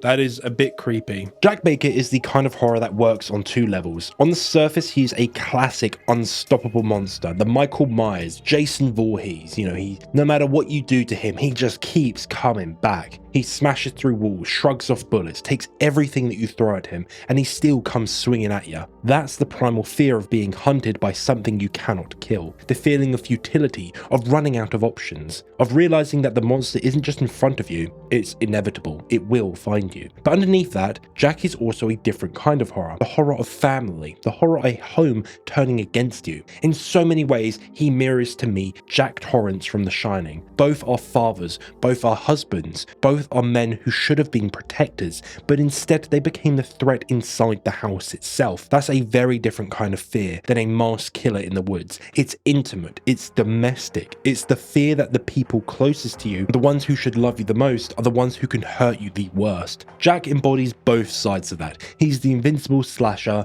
but also he is the abusive father. And what makes Resident Evil 7 so powerful is how it forces those two horrors to overlap with one another. Every time Jack smashes through a wall or grabs Ethan by the throat, it isn't just a spectacle, it's a nightmare version of domestic violence. It's a sense of being trapped in a house with someone bigger, stronger, and unstoppable. Someone who you can't reason with, someone who keeps coming back no matter what you do to them. And then there's the tragedy, because Jack wasn't always that way. We know through the tapes and the backstory that he was once a good man, a father who did love his kids, a husband who cared about his wife. Evelyn's infection didn't just twist his body, it twisted his love. It turned protection into a possession, care into control, affection into obsession. That's what makes him hurt so much as a villain. You see glimpses of a man he once was, buried under all of that violence. Jack isn't just a monster you fight, he's a warning. He's what happens when love rots, when the home turns into a prison, and the man of the house becomes the nightmare that everyone else has to survive. He's both the slasher and the father. And that's why he lingers long after the fights with him are over, and why to me he is the most effective character in the game. And we can now make our way out of the cage, breaking the chainsaw, which is a bit of a waste, and we can retrieve the final dog head. With that in our hands, we can now bolt back to the door.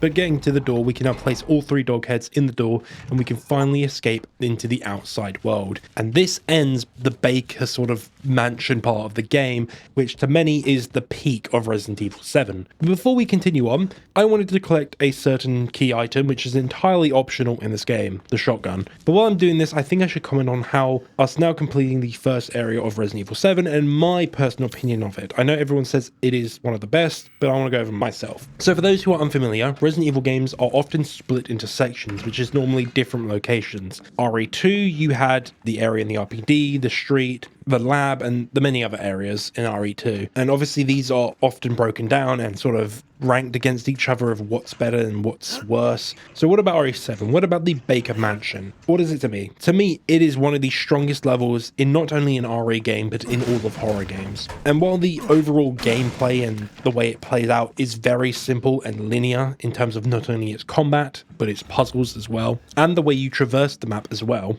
And yes, I do know the puzzles change on higher difficulties, but let's be honest, they don't change that much. They still have the same ways of figuring them out. The things are in different locations.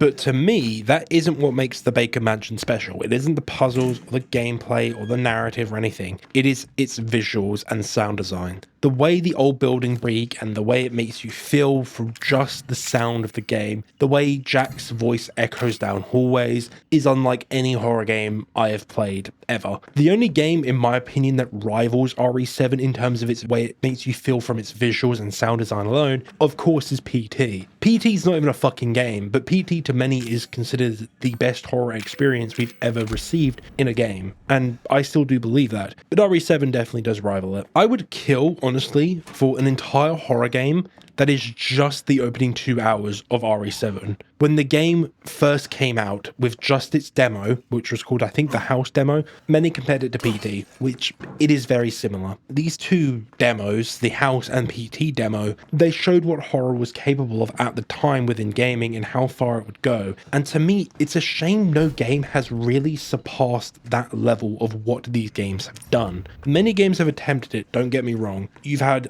loads of other horror games that have tried to come into the scene and tried to break through, and they can't do that just yet. And I think that's a massive shame. Even now, to me, the best horror games that we've gotten are from the two big franchises in recent years. The Resident Evil games and the Silent Hill 2 remake. I do love a lot of other horror games, like Alien Isolation, Outlast, all the fucking indie horror games I've played in recent years. My side, mouthwashing.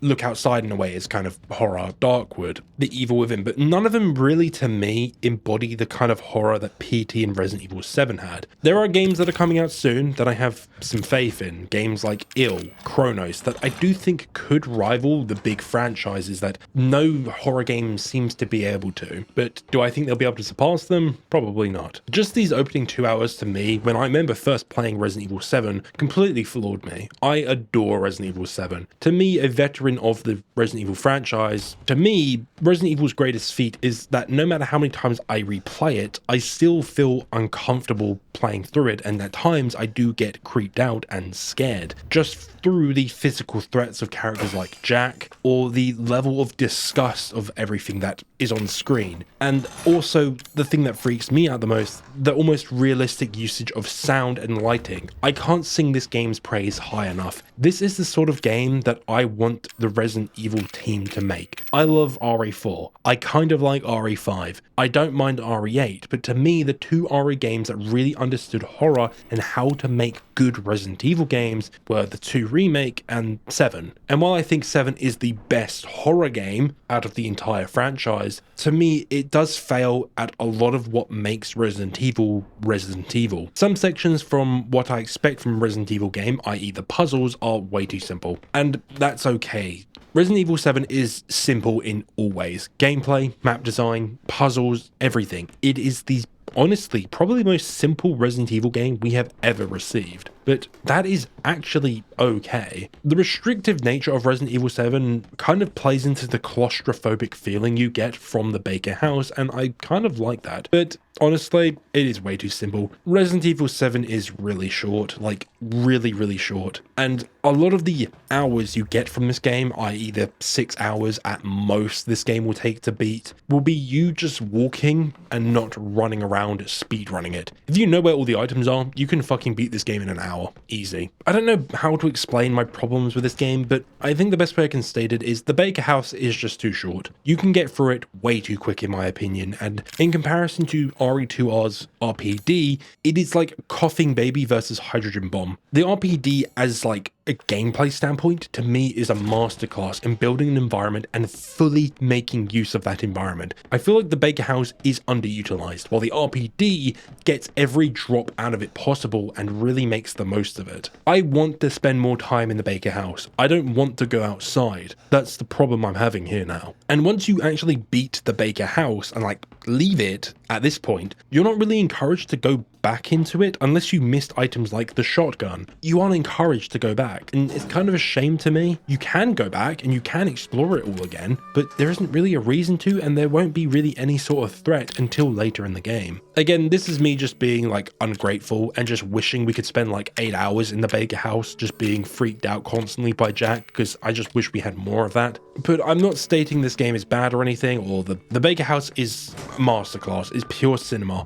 I just wish it was longer, honestly, because man, this game doesn't hit the highs that it does have in them opening 2 hours, and I think that is a really big shame, because at this point Resident Evil 7 will start to fall into a lot of the same pitfalls that almost all Resident Evil games fall into, starting to focus way too much on fighting enemies and not the horror of the game. Anyway, I digress. Let's continue and grab the shotgun, and let's just move on. Also, there is this interesting note in the game room / bar room, which is a doctor's note for Marguerite. Marguerite, which says that from x-rays, they could see dark areas in her cranium, which appears to be fungus-like structures growing within it. They are related to the mold, and they believe that these growths are related to the hallucinations which she's having, both visual and auditory, saying that they are like mold as well. The mold actually does to people. That black mold we saw in the basement, this is what it does to people when it infects their brain. It causes hallucinations, both visual and auditory, and slowly takes control of their body. And this is based on real things. There is real life fungi and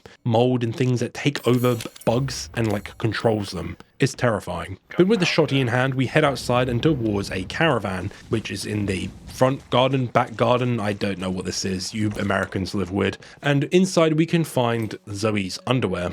How nice and chivalrous of us to start fiddling with it. But also we can find a broken handgun, the 1911 from the opening, which got broken, and a bunch of cages with a couple of items inside, in which, if you've been looking around enough, you might have found some coins which you can insert into said cages. Anyway, on the side here we can also find a note from Zoe, in which she states she herself has been feeling odd, indicating that she has also gotten infected, and that a serum is possible, and that Mia knows how to make said serum. Anyway. Telephone. You made it. You're the first I've ever seen make it this far. So what is it you need me to do? Is it gonna help me get out of here? Yes. Now listen carefully, Ethan. My family and our bodies are contaminated. I can't leave the property unless I get it out. And the same goes for Mia. Is there a way to get it out? We need the serum. It should clear whatever this stuff is out of the body. As long as you're not too far gone. All right, so where is it? If I knew where one was, I'd already be long gone. But I have a feeling my mother has hidden some inside the old house somewhere. So if we get this thing, I can help Mia and we can get out of here? Right. And so can I. The old house is near the water. You can't miss it. All right. I just hope you can handle my mother. Your mother? Be careful. They'll be looking for you. We need to make some sort of serum, and we need to find a specific item within the old house in order to make it, which the mother is now patrolling said old house. Now, why do we need to make the serum? Well, Mia needs the serum so she can be cured of whatever has infected her. Also, Zoe needs it as well. So we need to make said serum to save the pair of them. So now heading over to the old house and entering it, it's the exact same place that Mia was in earlier, and it's filled with bugs like spiders, flies, whatever else is there, mosquitoes probably, all over the place, as well as Marguerite, the mother. If the main Baker mansion, now this area, the old house of the Baker residence, I also really do like it. It's definitely more uncomfortable, playing into that fear that most people have of bugs and creepy crawlies a lot. And while to me it's not as effective in sort of what I like about the game design of horror in the main Baker mansion, it is still pretty good. It does use some great sound design in general, and especially lighting design to really make this seem like a very old,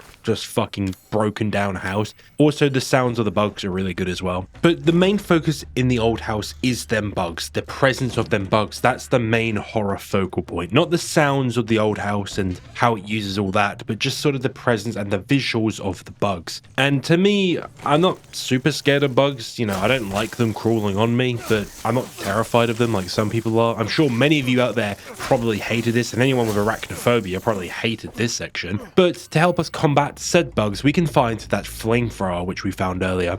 This will help in clearing out a lot of the bugs and actually allow us to access some of the cabinets and containers that will be infested by the spiders. And actually exploring the old house, we will eventually find Mia again.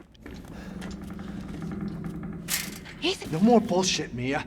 I want some answers. I know, you're right, and I always wanted to tell you, but I can only remember a little, and the rest is just gone. Dad, right? You mind if I borrow Mommy for a little bit? Don't you stand there. Do something! Ethan, help! Well, with Mia being taken by Lucas to God knows wherever, we now have to make our through this area, but Marguerite has other plans for us. Stay the fuck out! So we now enter another stalker section, or kind of. Marguerite kind of just wanders about, kind of like an old woman in a care home. If you run into her, she starts asking you questions and obviously tries to assault you, but she's pretty easy to avoid. And avoiding her enough and then getting to the next shadow puzzle with the help of this wooden piece, we can open the wall, making our way through the same way that Mia went out earlier in her tape, reaching the crow door with a letter nailed to the wall. This letter is from Marguerite addressed to Zoe, and it talks about some sort of altar. Now, trying to find the key for this door and access whatever this altar is, we eventually find our way outside, and using the crank to raise a bridge, it allows us to access a room which, guess what, has the key that we exactly need. So let us head back to their door.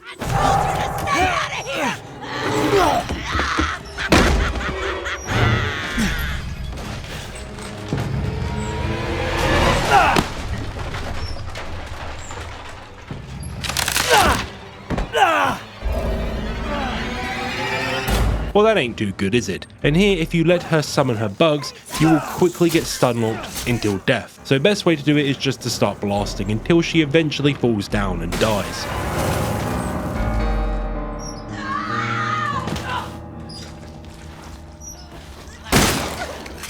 Now, allowing us to escape, you can go through the crow door, and inside we find the very altar that Marguerite mentioned, with a target inside which our watch pings. What is inside? Well, a D-series subject. This baby thing is a D-series whatever, and it contains the recipe as well for creating the serum to cure everyone. And right on cue,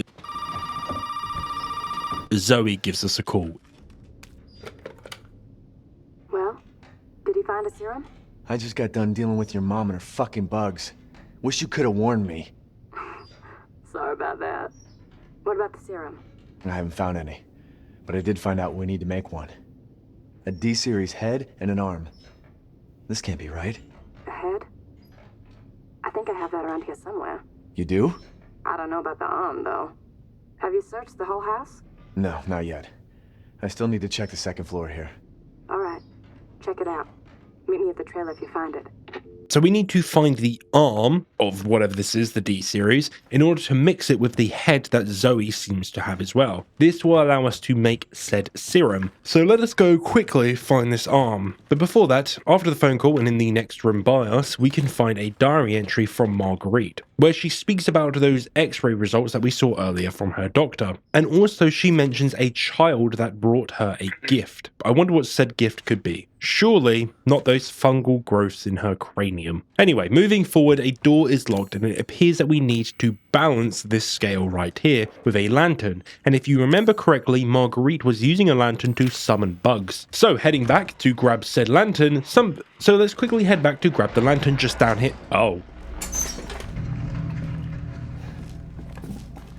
That is definitely not a good thing. The gangly monster has appeared, now giving chase to Marguerite in her gangly form. Trying to get the lantern off of her, we do a snake eater and return to the caravan, which allows us to save the game obviously. But from the gate that we unlock to get back to the caravan, if we turn back around, we can enter a new building, which is the greenhouse or whatever it is. I think it's a greenhouse because there's plants in there and it looks like a greenhouse. I don't know any other word to call it, so I'm going to call it a greenhouse. And here we get a hell of a lot of items, from healing items to ammo, you name it, we get it. So guess what that means? We're entering our very next boss fight. Who is the boss fight? Well, of course, it is...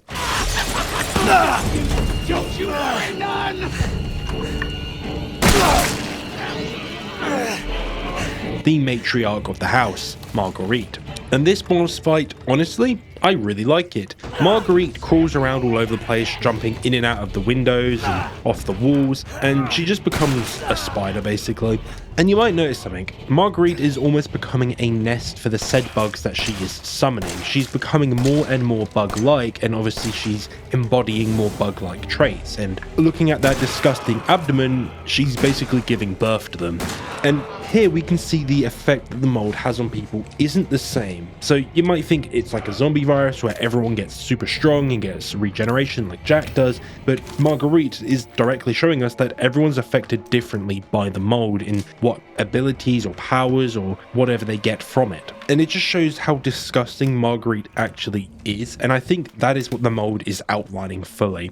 If Jack scares you because he is much stronger than you physically, Marguerite just creeps the ever living shit out of you just because of how disgusting she actually is. How them long arms and legs make you feel, how the abdomen makes you feel a bit uneasy, and how she almost looks like she's just drooling all the time. She makes you feel unwell. But with enough bullets and holy fire, we kill the foul creature, with her turning into rocks or dust or whatever it is.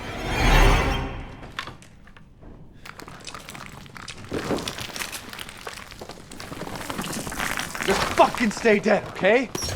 And with that, we can grab the lantern that she took from us. If Jack Baker is the unstoppable slasher, Marguerite is something different. She's transformation horror itself. Her arc feels stripped straight out of a movie like The Fly, a story about a person you love becoming something grotesque, something alien right in front of you. Her body mutates into this insectile crawling nightmare, but it's not just gross out of horror, it's thematic. Marguerite embodies the horror of motherhood, turned inside out. Her whole identity is infestation, nests, swarms, things that crawl inside of you and won't let go. She's the suffocating, overbearing presence of a mother gone wrong. Care curdles into control. Nurturing mutates into smothering, and that's what makes her scary. She isn't just a monster covered in bugs. She's a mother who refuses to let you leave. A voice that insists this is for your own good, while she consumes you alive. Like in The Fly, the tragedy is that she wasn't always like this, of course. Before Evelyn, she was the one holding the family together, but the infection twisted that instinct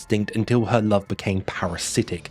Marguerite shows us what happens when protection turns into possession, when family bonds rot into shackle. We can return to the old house and unlock the door. Now, as we're going back, I'm just going to quickly comment on the old house and what I think of it. I do think it's an okay area. It's definitely creepy, and if you don't like bugs, it will probably be the scariest section in the game for you, but to me, it isn't as creepy as the Baker Mansion for a litany of reasons. Because we don't have a crazy ass man stomping about everywhere calling our name, echoing down hallways. We have an old woman who's just screaming and basically making noise. Unfortunately to me, Marguerite is not as scary as Jack. I don't want to be sexist, but I'm not intimidated by Marguerite. I am intimidated by Jack because physically he is much bigger than us, and Marguerite is a small, older woman. I don't want to be mean, but I'm a 6'4" man. Don't get me wrong, I do like the old house section. I think it's great, but it just doesn't hit the same heights of that feeling of horror that the Baker Mansion has. To me, the Baker Mansion almost reminds me of a film like The Shining with Jack Nicholson in it. It's just sort of that sort of horror that I really like, while the old house is kind of more like, I don't know, what's like a disgusting like body horror thing? Maybe The Fly, probably, yeah, like The Fly, I'd say. Kind of like that sort of uneasiness feeling. Again, I do like it, but it's just not as good as the Baker Mansion. Anyway, heading back to the caravan, with enough coins in my pocket, I can now buy the Magnum from the cage, which is honestly the best weapon in the game, because it one-shots most enemies in the game. Keyword, most enemies, as some enemies are even too tanky for it. But with this in our pocket now, we can now head to our main objective, saving Mia. So using that lantern, we can open the door, and inside... Crocodile. And they done to my brother.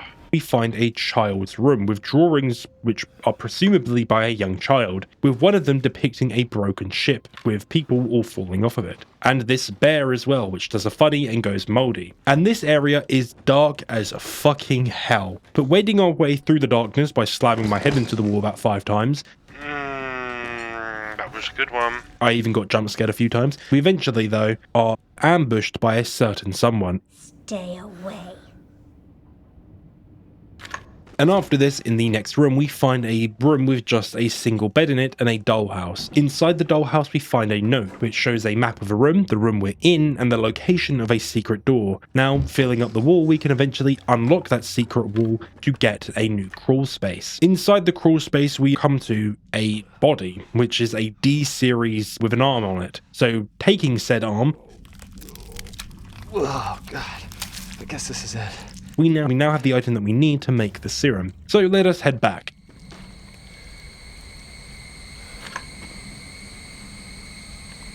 I swear to God, when I have kids one day, I hope they don't do shit like this to me. But now we are being directly confronted by Evelyn herself, who she clearly does not want us obtaining the arm. And as we try to exit this area, we start to fight a few enemies as they are just spawning out of the walls now, mainly because Evelyn doesn't want us making the cure. Eventually, though, we fight our way out and get another call from Zoe. Did you find it? Yeah, I got it. Are we really gonna be able to make serum with this thing? It'll be fine. After we make it, we can get out of here. Together. I'll be waiting for you in the trailer. Alright. With the arm confirmed to be in our possession, Zoe agrees to meet us, so we head back to the caravan, but Zoe is nowhere to be found. Ah, that must be her. Let's pick it up real quick. Now where the hell are you? You know, never mind. We only need the head, and you've got it. And this is gonna help me, right? Hey, buddy. I thought you should know. I decided that Zoe needed a timeout. She and Mia are here with me. And they're keeping each other company. Just let them both go!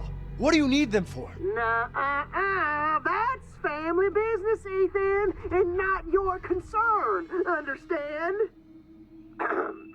Now, if you want the head, feel free to come by any time and I'll give it to you. But only if you participate in a little activity I've put together just for you. What activity? Oh, I know you're excited, but don't worry. It's not going anywhere. First step I need you to take, partner, is for you to take a peek inside the fridge in the trailer there. Fuck you! Oh, come on now. Don't be like that. You want to have some fun, don't you? Now, look in the fridge.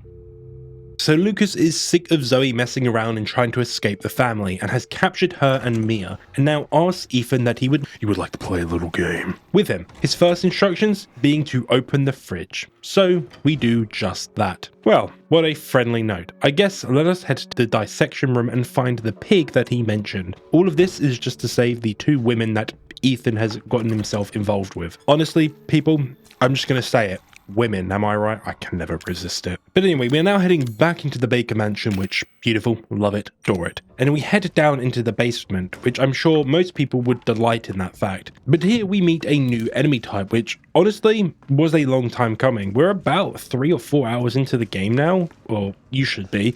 And this is the first new type of molded that we're fighting, other than the bugs, obviously.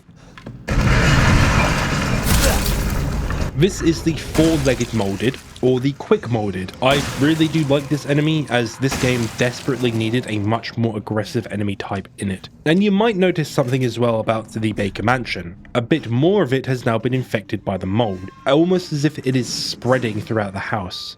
And yeah, it is. It's mold. It spreads. If you ever had a mold in your house, it slowly spreads if you don't bloody treat it. But who cares? Here's the pig. And Lucas, doing his best jigsaw, requires us to stick our hand down the pig's throat so we can retrieve the snake key. Ah, no.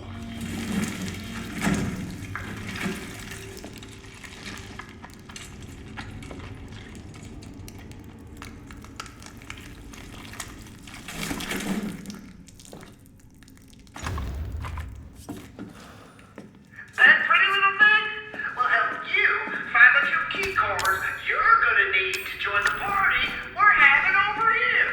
You gotta earn your flag, Ethan. So with this snake key, we can now unlock new doors in the Baker Mansion, which will allow us to find the key cards that we need to unlock the door to Lucas's section. And eventually we will find ourselves in a master bedroom from the main hall, and in here, look, it's the old woman again. And keen eyes will notice that there is a gap beneath the bed, and using the hint to set the clocks all to the same time, doing so, this family is fucking weird, I'll tell you that. Going down these stairs, we find ourselves back in the basement, and we can retrieve one of those keycard GPU ass looking things. Anyway, with one retrieved, we now head to the kids' room upstairs, which is Lucas's room, and we find a diary which is from the perspective of Lucas, and using it, we can now find a button on one of his trophies, which now drops a ladder into the attic. Heading up here, we can find some model weapons, a shotgun and an axe, each used for their own respective puzzle. The axe will get you a booster which increases your reload speed, and the shotgun allows you to take the broken shotgun from that model earlier, which you used to get the other shotgun, and allows you to fix it up to get the best weapon in the game, in my opinion. But up in the attic as well, we can find the second keycard, the blue keycard. With both retrieved, we can now head back to Lucas's domain and unlock that door, but goddamn, that black mold is getting pretty bad, isn't it? But before we get to Lucas's section, the telephone rings.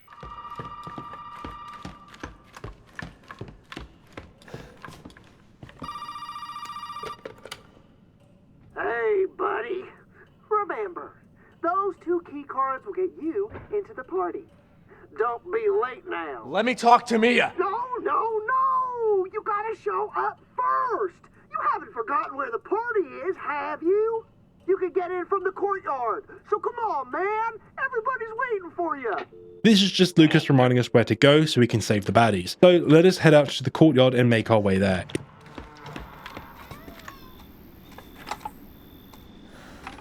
That is a weird looking fucking dog.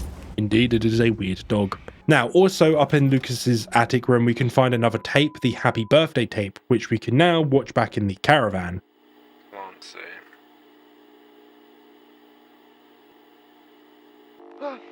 You, my friend.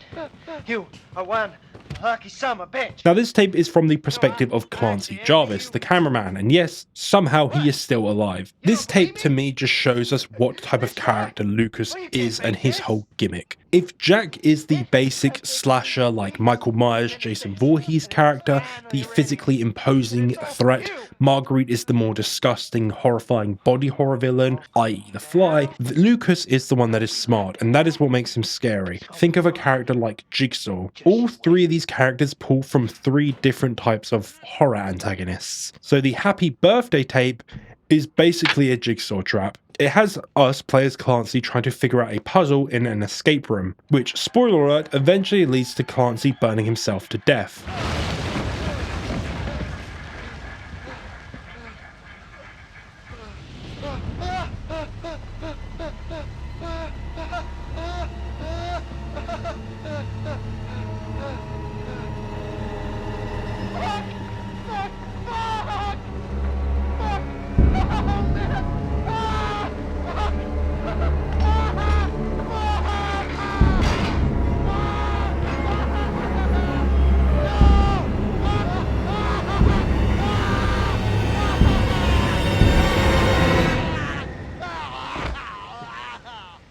Now, Clancy could have just been a simple side character that was used to be killed off in said situation, to make the villains much more intimidating and threatening, but Clancy is honestly a very tragic character, and the one whom, to me, has suffered the most in this game. And for my explanation to make sense, we now turn to the DLCs, in which Clancy has a part in a number of them. So let's just quickly go through these and just quick fire them out the way. So when Clancy was attacked by Andre's dead corpse and captured by Jack, he was then forced into a nightmare scenario.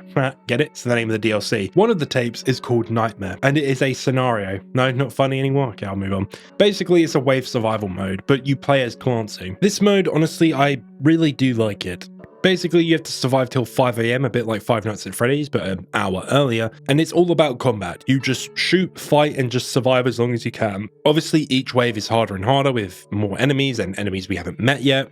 But I like it. It's simple, and the way it plays out I think is fun and replayable a lot, especially as you get harder and harder difficulties. But after you beat this, I assume that Clancy somehow got captured again, probably by Jack this time, after realizing that he isn't going to die to the Molded. This leads directly into the bedroom DLC, which has Clancy trapped and strapped to a bed. Some people's idea of a fun Friday night, not for me though. And we are treated to some dinner in bed, with Marguerite serving up some of her delicious southern cuisine. I think Louisiana is classed as the South, I don't know. I'm from England, so I don't know. I love this DLC. I love this tape itself. It plays like an escape room again, and I love how it is set up with you having to pick items up to solve puzzles, but then you also have to remember where to put them back, or Marguerite will get very angry at you and decide to attack you. So the loop is you get out of your bed, you try figure stuff out to go get out of the room, but eventually you'll make some noise, set some alarm off, and you'll have to put everything back and get back into bed. It's simple, it's effective, and I love it. Eventually though, you'll figure a way out. Marguerite will try to stop you, you stab her with a knife that you find, and you will escape through the basement under the bed, but it cuts out and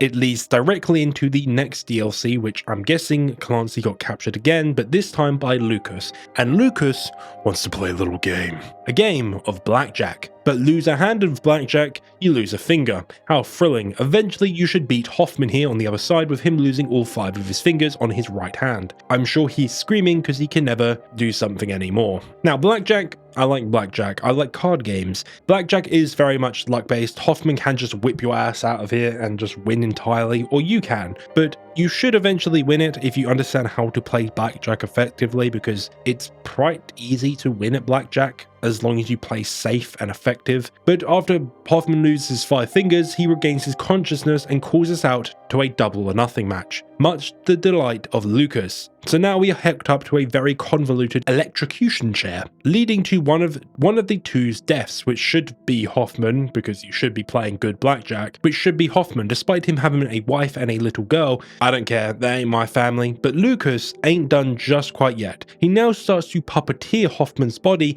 and starts to play on Hoffman's behalf, and he obviously starts to cheat in order to try kill Clancy with this big spinny blade. Yet the thing is, if you outsmart Lucas and win at his own game, he obviously gets very, very angry. This either leads into more games of blackjack, or what I think happens is he knocks Clancy out and takes him to the happy birthday tape, which of course, we know what happens there. But yeah, that top tier cameraman really didn't get a good end, did he? And the trait of a cameraman always surviving isn't always true. I guess rip the goat Clancy, and I guess he is truly the best cameraman of all time, because he was able to film himself throughout all of these experiences. An actual true G.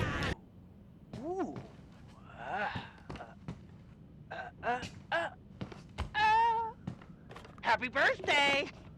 Anyway, with the happy birthday tape now watched, and you have figured things out and how the trap works for the thing that we're probably about to enter, we can now head towards Lucas's playhouse and hey look, a nice TV set, let's sit down and watch it. I'm sure this isn't a trap at all.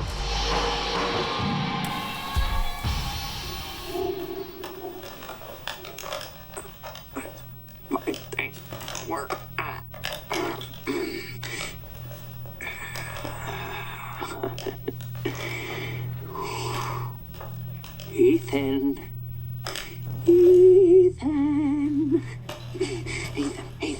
Hold on. I got something for you. Looky what I've got.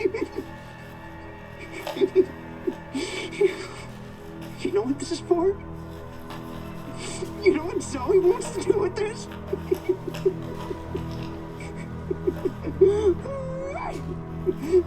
She thinks this thing is special. No, Ethan. That ain't special. This right here is special. You see, Ethan? Not everybody wants to turn back the clock. What? Oh, Evelyn? I'm just trying to show him. Not everybody wants to go back to how things were. There's a stupid bitch. She doesn't understand that I don't want to go back to how things were before my father found y'all. Not everybody wants to turn back the clock. So Ethan, you can crawl around underneath that filthy, rotten house all you want looking for them ingredients, but you ain't gonna find a goddamn thing, Ethan. You'll need that serum? Ooh, baby. You're gonna have to come through me. You hear? Now, come on, Ethan. What do you say?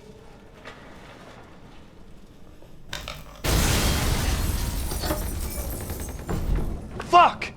Well, I'm sure that wasn't an expensive explosion at all. But now we maneuver through this building, of course, and there is plenty of tripwires set up by Lucas. If you touch them, they explode. And also be careful, as some of the crates which you might want to break open for items are also packed instead with explosives. Why is this? Well, Lucas just wants to play a game with us, of course, and just being a general arse. Eventually, however, we will reach a door, and on the other side of this door, we will meet our friend again. I know. Fucking password, right? Why don't you try 0814? No! 0621. No, it's 0514. Oh, come on. Take a chance. You never know. Well, with many codes given to us, we can now choose whatever one we want to enter. So of course, you'll probably enter one of the ones that you remember. In inserting it, you might hear something start to happen.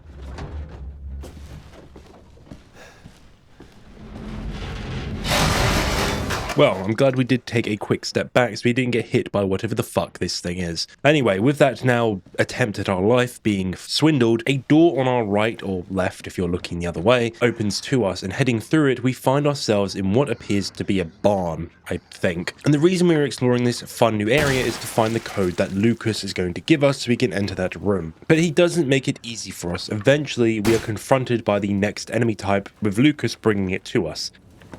Ladies and gentlemen, boys and girls, welcome to the bonfire. Keep it clean, gentlemen. We have rules.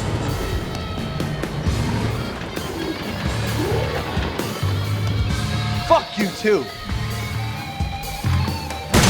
The fat boy. Kind of like the boomer from Left 4 Dead, they specialise in throwing up stuff and just being tanky in general. A bit like the floater from Dead Island as well. Too bad that the Magnum absolutely deletes him, and after one shot from the Magnum it basically dies instantly. And also they blow up after death, so be careful of that. With the code obtained upstairs, we can now head back to that door, and trying to enter it and enter the door, Lucas tells us to deposit all of our shit into the nearby box. So of course we need to do that. Depositing all the items we are now allowed through the door and entering it, it will lead us directly into the same way that Clancy died, in the happy birthday death room. But if you've actually watched the tape, you'll understand how to quickly speedrun it. Yes, you can actually fail it if you do the same thing that Clancy did, which was basically setting the oil out all in that room, you'll die as Ethan. But if you avoid doing that and use everything that you learned from that tape to basically skip parts of it, you won't die. And this is very much to the annoyance of Lucas. Motherfucker! You're supposed to die! With the bomb in the room now, you will pick it up and put it through the hole in the wall. This will allow us to blow open the wall and allow us a way out of the room.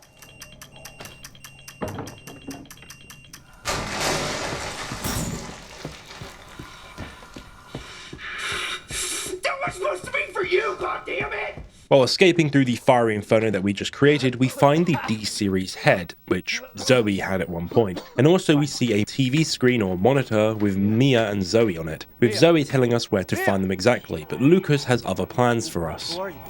Where are you? We're just beyond the pier, outside that room. Hurry! Well now, Ethan. The fuck do you want? You? Dead? Guess that's not in the cards. Not yet. Lucky me. Look, unless you have any more surprises up your sleeve, I suggest you... Now that would be telling, Ethan. And I don't do spoilers. But now we quickly head on over to find the two girls, and we start to make our way there, which is just a short walk down the pier, and quickly finding and freeing the pair. Right here. There should be enough, right? If we make him fast enough, my father and Lucas aren't far away. He's coming. Daddy's coming. Good. There's enough for two.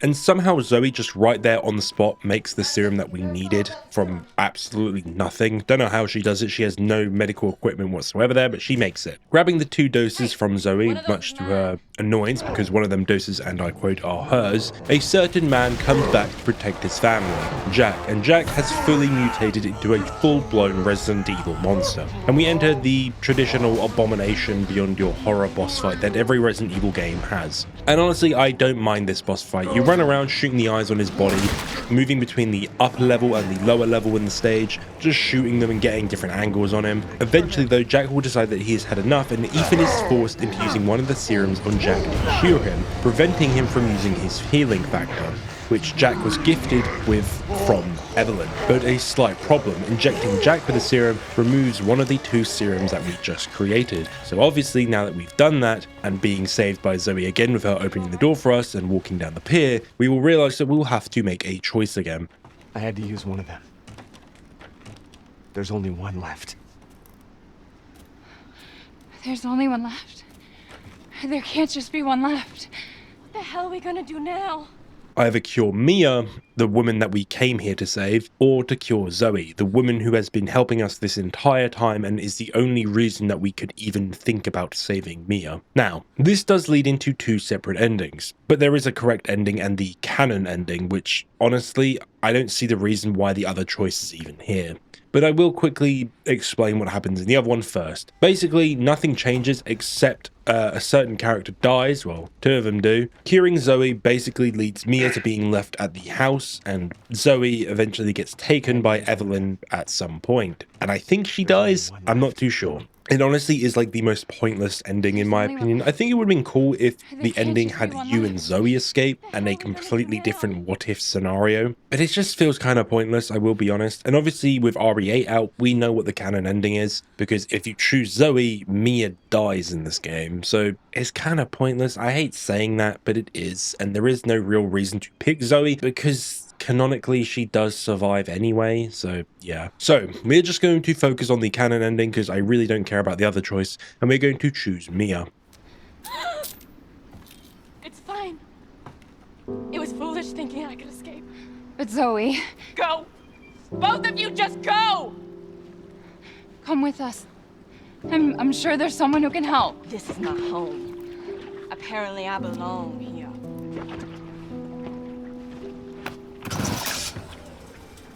I'll send help. Don't bother. There won't be anyone left to help!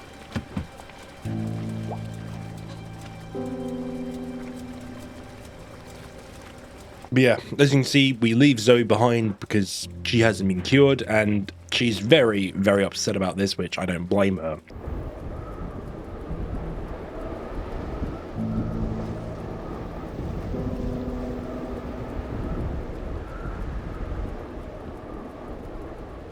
Ethan? Thank you. Who the hell else was I gonna choose? Ethan.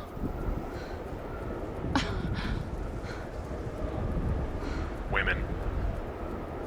Mia, I know you've been through a lot, but we need to talk. You had something to do with all this, didn't you? Look, I just want to know the truth. Ethan, I honestly don't remember.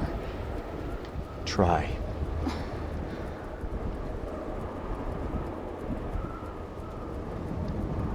Is that the boat? How the fuck did that get here?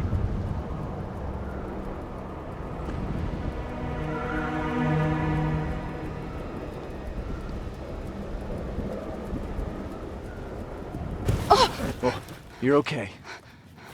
What the hell was that?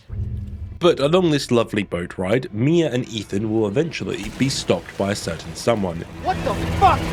What is that? What is that? Evelyn basically uses her last-ditch attempt to stop Ethan and Mia escaping, who she wants to be her parents, and we find ourselves washed up at the big tanker ship that we have seen hints about, but now we're playing as Mia. Now this tanker ship is interesting because it seems that this is where Evelyn actually came from, and also we can see Ethan on the floor here, but Evelyn obviously has plans for him and takes him away. Ethan! Ethan! And now we enter the next section of RE7, what many call the boat section. And many people don't like this section, and honestly, yeah, it's the weakest part of this game. This is the obligatory everything is revealed section of the game. This is the ending part of the game now. Every Resident Evil game has this. RE2R has this, RE4R has this. You have almost these government facility sections which have all these notes in them that basically reveal everything about the story and what everything is. But why is this seen as a weak section for Resident Evil 7? Why is that? Well, I think it's mainly due to how common ships are. The problem is a lot of Resident Evil games have sections on boats, and at this point people starting to get pretty sick of them. RE5, you start on a boat. The first Revelations game is mostly set on a boat. RE6, some of the campaigns were set on a boat as well, and of course we now have Resident Evil 7 with its whole section with Mia on a boat. Do I like the boat? I don't mind the boat, but I think the boat's a bit of an overused thing for Resident Evil, and I think they should try to avoid using these boats as much as possible. I think Revelations had the best usage of the boat setting, because I just think it was the better one, and unfortunately Resident Evil 7 really weakly uses the boat. It just feels like a very lazy usage of a place to use, and it's such a simple environment environment. There's not a lot you can actually do on a boat. I don't mind it because, again, you can play into that idea of claustrophobia and it being a really tight environment, but it doesn't feel very claustrophobic, the boat, which is really odd to me because it should feel more claustrophobic than the house, but it doesn't. I don't know. I think it is a bit of a bland area and it isn't used very well. And honestly, I think it does overstay its welcome a bit. And I think that's because of how it is structured. The boat section starts with us obviously walking through at the start with Mia, and eventually we run into Evelyn and she tells us to... What? Why? You need to remember, so we can be a family. And this reveals the actual relationship and what Mia is to Evelyn. We have this whole flashback sequence with this videotape and it shows us what happened to the boat. Alan, you're getting worse. She must have infected me during the attack. So it starts with Mia trying to help some man who has been injured or infected by Evelyn, and these two are revealed to be her guardians. So I'm going to give you the rundown real quick while I'm letting this footage play. Evelyn is a bioweapon and she needs to be transported somewhere because she might have been stolen by someone, by an enemy organization. So Mia and the man here, honestly his name doesn't matter, so I'm not even going to bother remembering it, they were used to transport Evelyn. They knew how to control her, how to subdue her. That was their job. But the reason it is a man and a woman is because they wanted to make it appear as a family just moving somewhere, probably under the guise of, you know, political importance. You know, they needed to keep these people safe thing. Many of the workers on the boat will very quickly make it clear they have no clue what Evelyn is. They don't understand what is going on when shit hits the fan. But also, this is all revealed in an opening diary in the very first room that we have in this flashback. Mia is a part of that same organization that created and is holding Evelyn. Specifically, the Connections, a black market group who purchase bioweapons from people who make them.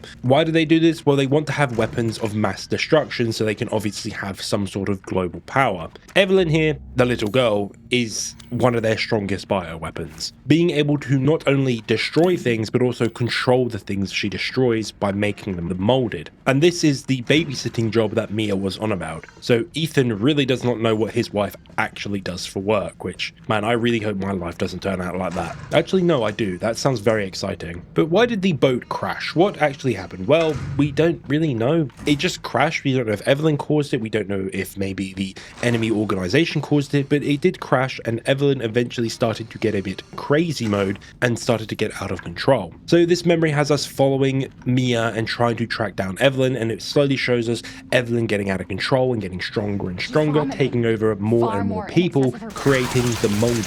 And eventually Evelyn gets so stronger and stronger and becomes completely uncontrollable that we run into our male friend here again. How did you get here? Where's Evie?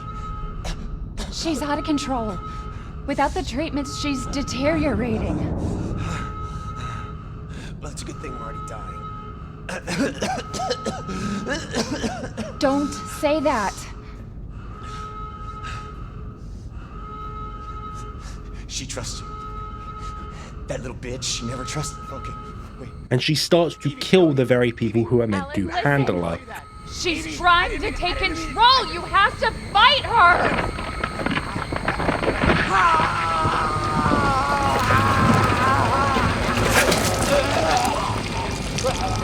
Evelyn, stop! Stop right now! And yeah, that is not a good way to go out.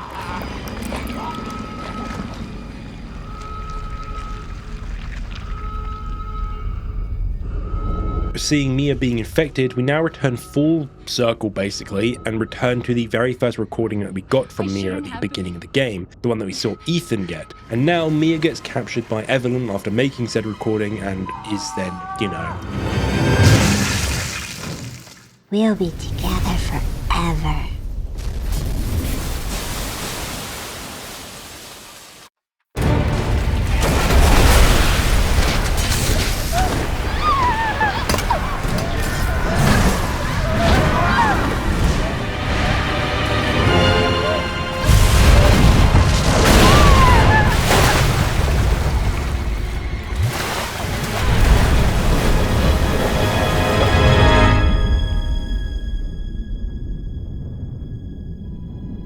what in the Mission Impossible kind of chance of survival is that?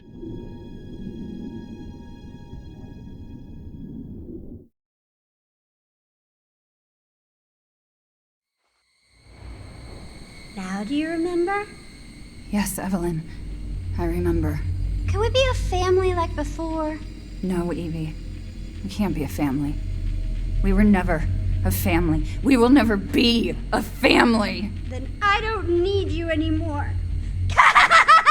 Well, with Evelyn now not needing Mia and her motherly love, we now return to the entire boat section that we just ran through in that memory sequence, and you have to do it all again. And I think this is why people don't like it. You have to do the entire section basically again, and yeah, it's kind of boring. But of course, the boat is more run down, there's more enemies, and obviously a big change is that the lift itself that we once used doesn't work anymore, so you have to play around that and eventually try to fix it. But reaching the deck, however, we find some cameras and we can see exactly where Ethan is on the bottom floor of the boat. I hope I make it in time. Okay, bottom level.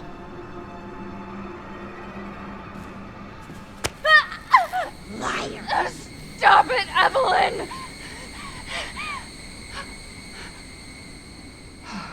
Fucking hallucinations. Where is she? How spooky. Anyway, Oh my we God, now stop. start to make our way down here. And another reason I think this section not a lot of people like is there isn't a stalker enemy in this section. I think if this section had a good stalker enemy that was really scary and really terrifying, I think this would have elevated the area like tenfold and made it a really strong area. But there's not. There's just the basic molded and the occasional, you know, evolved molded variant to basically spice it up. But other than that, there's nothing going on here. But of course, we run around a bit, collect some items, find some notes, kill some enemies. And while the notes from the crew are cool and fun, I honestly think they should have included one more tape that showed the crew's perspective of Evelyn, because I think that would have been way more effective than what they did with Mia. Mia, we were seeing the aftermath of what she was doing like 10 minutes ago. I think if we saw what Evelyn did right there, right now, would have been way more effective at showing how actually powerful Evelyn is. Of course, we have some of the flashbacks and sort of visions that she shows us, but I still don't think it's enough. I think one more tape would have basically really nicely tied it all together and made this section feel more worthwhile. But eventually getting through this entire area, getting all the items and getting down to the basement, we can now finally get back to Ethan and rescue him from the mold he is being surrounded by. Ethan? Ethan? Hey, shh, I know. I'm not gonna hurt you. Hell, I never would have if I could have helped it. What do you mean? I'm no killer, son. Neither is Marguerite, nor my boy Lucas, or even Zoe here. That girl, Evelyn, she did this. What the hell is she? No, what did she do to you? She infected us with her gift. That's what she calls it. I found her near a busted out tanker in the bayou. Everything changed after that. So she infects you and then she takes control? No. Not exactly, son. She just... She forces her way into your mind, your soul. You can't fight back. You are connected to her, and you can't resist the urge to... Oh, you're a different person after that. Just like Mia. So Mia sent me that message because of Evelyn. Listen, the girl just wants a family of her own. She's the key, all right? You find her, and you stop her. Ethan,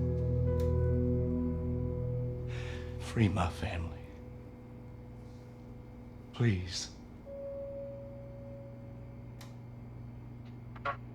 This scene here with Jack and obviously Zoe in the almost dreamlike sequence is here to fully reveal and confirmed to us that the Bakers were fully under the influence and control of Evelyn. They themselves were not able to control what they were actually doing. The Bakers are good, innocent people who just lived normal lives. Yeah, we know that from the Sisters opening, but if you didn't play that DLC, it allows for you to understand and fully grasp what has happened to the Bakers, and it allows their story to end a satisfying send-off with Jack giving one final request. But from that point, let us continue. He doesn't love you. I can make him love you. Don't hurt him. Silly, I told you I'm not gonna hurt him. Don't you dare. So what? You're not my mommy. Remember?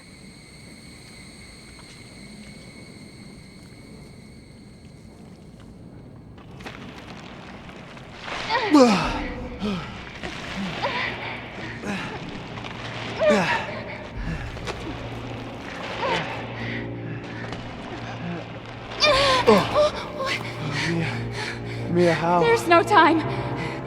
You have to get out of here and find her. Here, take this. What? Wait, what are you doing? What are you doing? Saving your life. You need to go. I won't be able to resist for much longer. No, Now go kill that little bitch. no. Mia! No! With Evelyn now taking Mia and Ethan escaping from Evelyn's grasp, we finally exit the tanker ship and find ourselves in a small shack with some notes on the side about a mine being unstable and losing workers within said mine. We can hear a helicopter at one point and you can spot it if you know where to look, and also a photograph inside confirms that the helicopter has been patrolling the area rather consistently. And in this shack we can also find a radio and we can listen into someone who seems to be infiltrating the Baker residence as well. Alpha 1, report. Did you find anything? A thorough search of the Baker property revealed 0 survivors. Repeat, 0 survivors. We did find evidence of a skirmish. Evelyn? Negative.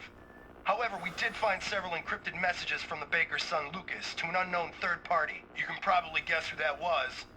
That's just great. We've had reports using the abandoned mine south of the property. I'm gonna go have a look. Roger that. We'll meet you at those coordinates. If you encounter Evelyn, orders are shoot to kill. Repeat, shoot to kill.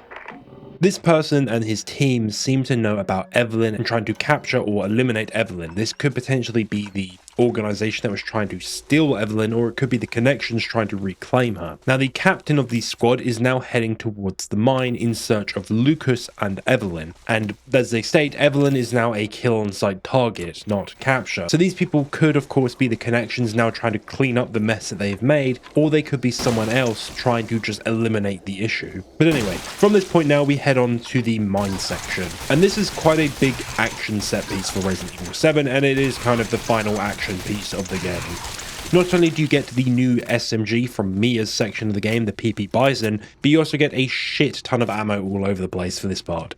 And honestly, if you want my honest opinion, I don't like this section. Unfortunately, Resident Evil 7's combat to me is the weakest. The first person Resident Evil games, in my eyes, are a lot weaker than the third person games because they just feel stiff to me. Even on keyboard and mouse, which is my preferred platform where my aim is a lot crisper, I still find it way too stiff. I know I praise the game's idea for this, but when you're starting to now make the combat and shooting sort of the main part, it kind of gets boring. I think RE8 is a lot better in how it handles the shooting aspect of first person, but RE8 also has a third person mode, which to me indicates that Capcom know that the first person perspective is not the most popular way to play Resident Evil. It is the third person perspective, and the best game for combat in my opinion, RE4R, is third person, and it plays like butter. It is a beautiful game. That RE7, yeah, the shooting is not great at this point, and it's very just sort of stiff, and I don't know. Again, I don't mind that the shooting stiff, but when you start to make it the focus of the game, the cracks really do start to show, in my opinion. Now, the mine as well, to me, fell flat as an environment. Why is that? Well, I had very big expectations for the mine when I first played the game. If you've noticed a pattern for the environments that we played through in Resident Evil 7,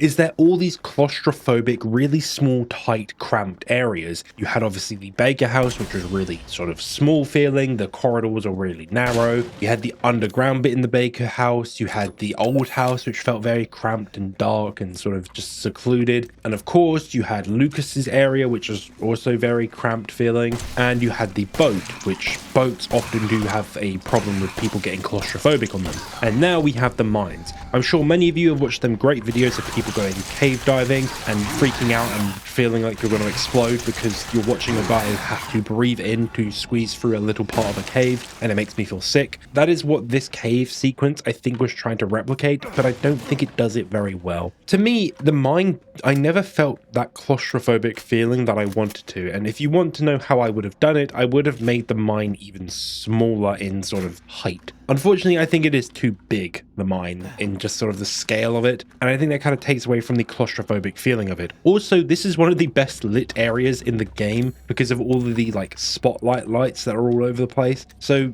you never really get the fun part of just being in the dark and freaking out being in a cave. It could have been a great environment to me, and I think it could have really played into the idea of claustrophobia as the horror of this game, but it doesn't. And then again, this is a shooting gallery section. There is so many enemies that you have to shoot and kill that it isn't scary because you have so many guns now. You have a fucking grenade launcher at this point. But anyway, doing all of our cave diving and shooting all of the molded that we come across, eventually we will come to a door, and opening it we'll find ourselves in a lab. And in this lab we find some notes all over the place and some messages on a computer. The messages talk about Evelyn and the Baker family being under control of Evelyn. Now Evelyn has a pretty big problem. She is obsessed with family to a disturbing degree. So much so that the bioweapon that she is, yes, she's now revealed to be the bioweapon of this game, she was deemed a failure and not good enough. The reason for this is because Evelyn demands from her captors, or the ones that created her, that they capture people for her so she can add them to her family. So obviously Evelyn has this sort of innate need to be loved by people, and it obviously explains why she wants Ethan and Mia to be her parents, because she doesn't have them. The final line on one of the notes also states that Evelyn has been aging at a very rapid rate now, appearing as a woman in her late 60s with grey hair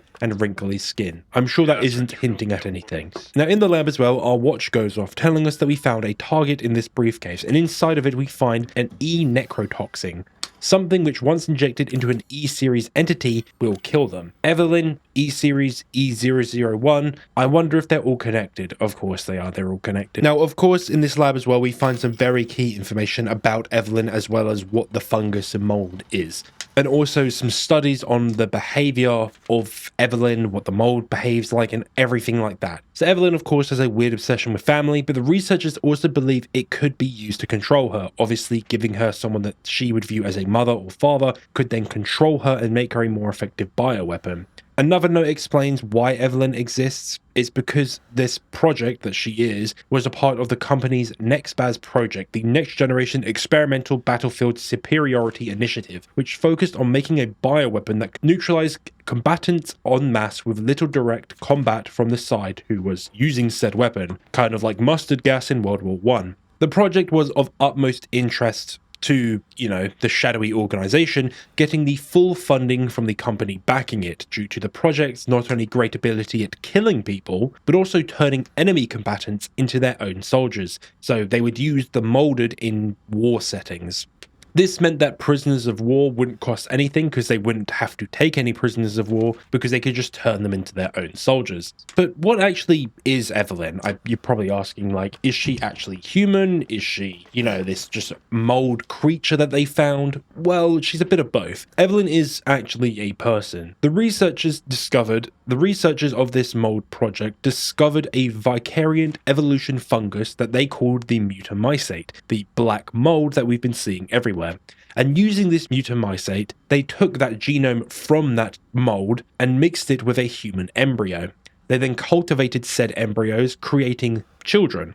These children could then control and grow the mold at will, and they had multiple series of children. They had children in A series all the way up to D series, with each letter ascending in the alphabet, basically depicting their level of perfection. A series children were basically failures, and D series were promising prospects, but only one specimen they deemed as perfect, and that was an E series specimen, E001 or Evelyn. Evelyn was the perfect candidate to make this bioweapon. She not only was able to fully control the mold, she was one that knew how to use it the best as well. She naturally used it the best. So they made sure that Evelyn also appeared as a young girl. Why is that? Well, they chose this appearance to make Evelyn as effective as possible, as it would make infiltrating the weapon itself a hell of a lot easier. If you want to understand what they mean, drop Evelyn anywhere on a battlefield and people will think that she's just a child that is scared of the war and has lost her family. So the enemies will take her in and she'll basically let the mold go fucking wild. Now, Evelyn's powers, the mold itself, are just like real life funguses, or fungi, are just like certain real life fungi. They slowly overtake and eventually hijack other organisms' brains. This is entirely like a certain fungus that does this exact thing to certain bugs. I can't remember what it's called, but it turns them into zombies basically, with the fungus allowing them to move around to collect stuff and eventually die, and they basically absorb the body. So obviously that is being used on humans now to make the molded.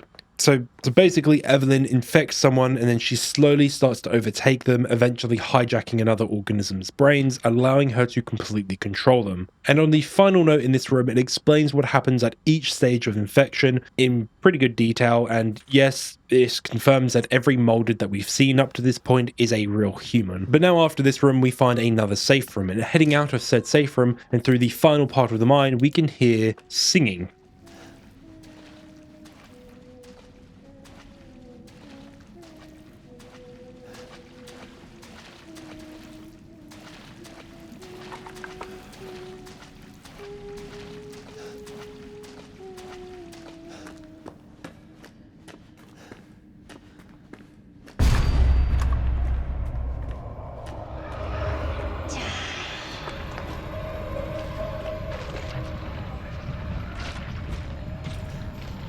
Anyway, failing royally at trying to kill us, we crawl and shimmy our way out of the mine, reaching a wall, and pushing through said wall, we find ourselves back in the very first room where we met Mia at the very start of the game, and we begin to start having flashbacks to earlier events in the game, from not only just Ethan's perspective, but also another perspective. This is very much Evelyn trying to take control of Ethan and stop him from doing what he is currently doing. Now, heading through the house, Evelyn obviously tries her best to do this, with her realizing that this serum that we have in our hands could now very much kill her. So she tries her best to use our memories against us to take control of us, to make us quit, run away, or just fall to her control. But Ethan is nothing but determined, and heading upstairs, we can see Evelyn, and now using some sort of Jedi Force trick to keep us away, she pushes us back, but of course using our guard, we can slowly force our way through and eventually grab hold of the little girl. And yes, it is revealed that the old grandma is indeed Evelyn. E001 is Evelyn, and obviously the rapid aging that she's been having has basically turned her into this. You might ask, how did we see her as the old woman, and how do we also see the little girl? Evelyn, of course, was using the mold to manipulate our memories and visions that we're seeing. So the little girl was always a hallucination, and the real Evelyn was that old woman. And now I hear you asking, does that mean Ethan is infected? Yes, Ethan is infected. This is revealed entirely in the next game and explains certain abilities that Ethan has, that, you know, he's able to reattach entire limbs with just a medkit. He is infected by the mold. Now with the serum injected, Evelyn starts to scream in pain and slowly starts to melt. But of course this is Resident Evil, so she ain't done quite just yet. She starts to mutate into another big monstrosity that we now have to kill, with her starting to tear apart the entire Baker household. And Ethan gets knocked out, of course.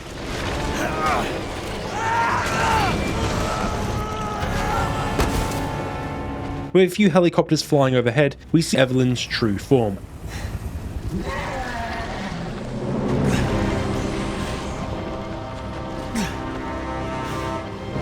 A massive blob of mold, and shooting at it a hell of a lot with normal bullets, it almost appears that it has no effect, and Ethan starts to get absolutely beaten the shit out of by Evelyn.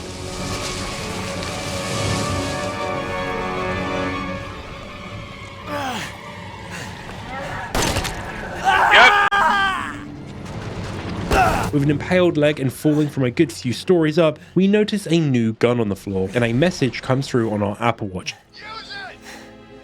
The Albert 01, which, hey, that looks like the samurai edge weapon and shares the same name as Wesker. Anyway, we unload the mag into Evelyn, and these have real impact on Evelyn, almost appearing as freeze rounds, finally ridding the house of the black mold infestation, and all it took was destroying the whole goddamn house. Who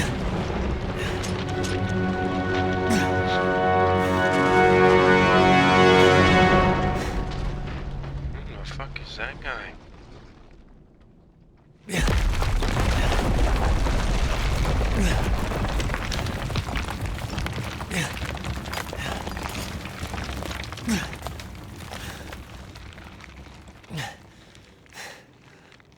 With Ethan slowly bleeding out on the floor, the helis finally come down to rescue and help him out a bit.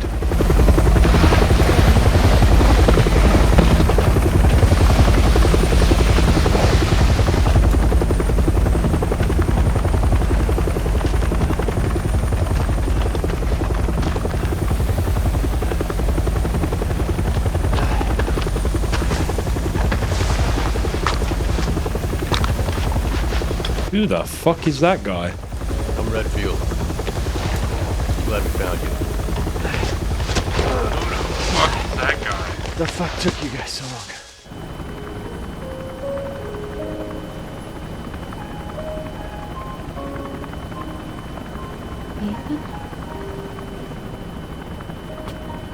Now being taken on the heli, we are reunited with Mia, or not if you didn't cure her because she dies. You might ask, well, who came to save us? Well, of course, it was the BSAA with Chris Redfield.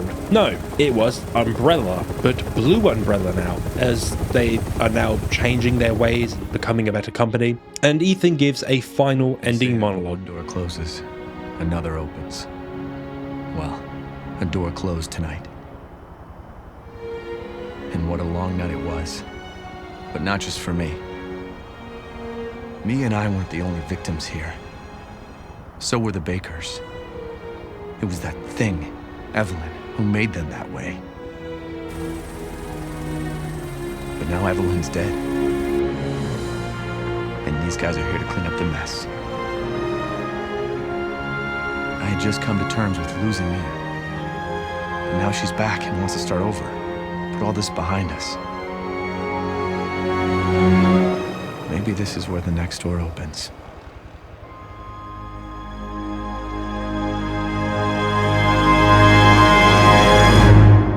Alright, first of all, let's go over this real quick. That ain't Chris Redfield. I don't know why they changed him so much and why did they give him this massive redesign, but the voice actor for Chris in this game is David Vaughn, and I'm sorry, talented actor, great guy, probably. This just ain't it. This is not Chris Redfield to me. This is David Vaughn's first and only voice performance for a video game. Well, I think. This is the only time he plays Chris. And to me, his performance is so flat in this game. Going from one of the goated voice actors, in my opinion, Roger Craig Smith, yes, the same voice actor as Kyle Crane, and also he voiced Batman at one point. It's just, this was a terrible change, genuinely. To me, Roger Craig Smith is Chris Redfield. And in many people's eyes, he is as well. He's not only a voice that suited Chris, but he always gave a good performance for Chris. I know the reason they didn't get Roger Craig Smith back, they probably will never admit this, but it's probably because he's a union voice actor. You know, he likes having his rights, you know, followed, and he wants to be fairly compensated for his performance. But yeah, Capcom, obviously they didn't use union voice actors, and going forward, they don't use union voice actors. A lot of the great voice performance they get in like RE2, RE4R, RE3R, and obviously RE8 are all non-union voice actors. But I think it's such a shame, genuinely, because Roger Craig Smith is genuinely one of the best voice actors in the industry, and he is great as Chris Redfield in RE5, in RE6, and all the other games he was part of. And I think Capcom knew that David Vaughn did not give a good performance for this game, because he would be then recast in RE8 with someone who did give a good performance for Chris, and also Chris got redesigned again back to his RE5, RE6 look. So this game just sticks out like hell now because of this Chris Redfield. I don't know why they changed it. They wanted to go back to the OG RE1 design for Chris, but it just doesn't make sense to me because like he looks younger in RE7 than he did in RE6 and 5, which just doesn't make sense, obviously, when he's meant to be like pushing 40 now or 50. Honestly, The design of Chris was perfected in RE5, his voice was perfect in RE5. I'm just going to leave it at that. I'm going to stop bitching about it, but Roger Craig Smith is one of my favorite voice actors of all time. But yeah, let's get back to the game. Resident Evil games on the surface might seem simple, not offering a lot in terms of key themes or storytelling, but they always have something hidden underneath in my opinion, something real. And Resident Evil 7, in my eyes, has some of the most interesting themes and symbolism in the entire series. It doesn't just yell them at you, you have to sit with the game and really figure them out. First of all, there is the Baker family, a once normal, even ideal family that would be the American dream. A big house, good health, future plans, a dream of running a little bed and breakfast. They feel like they've walked out of an old American dream idea that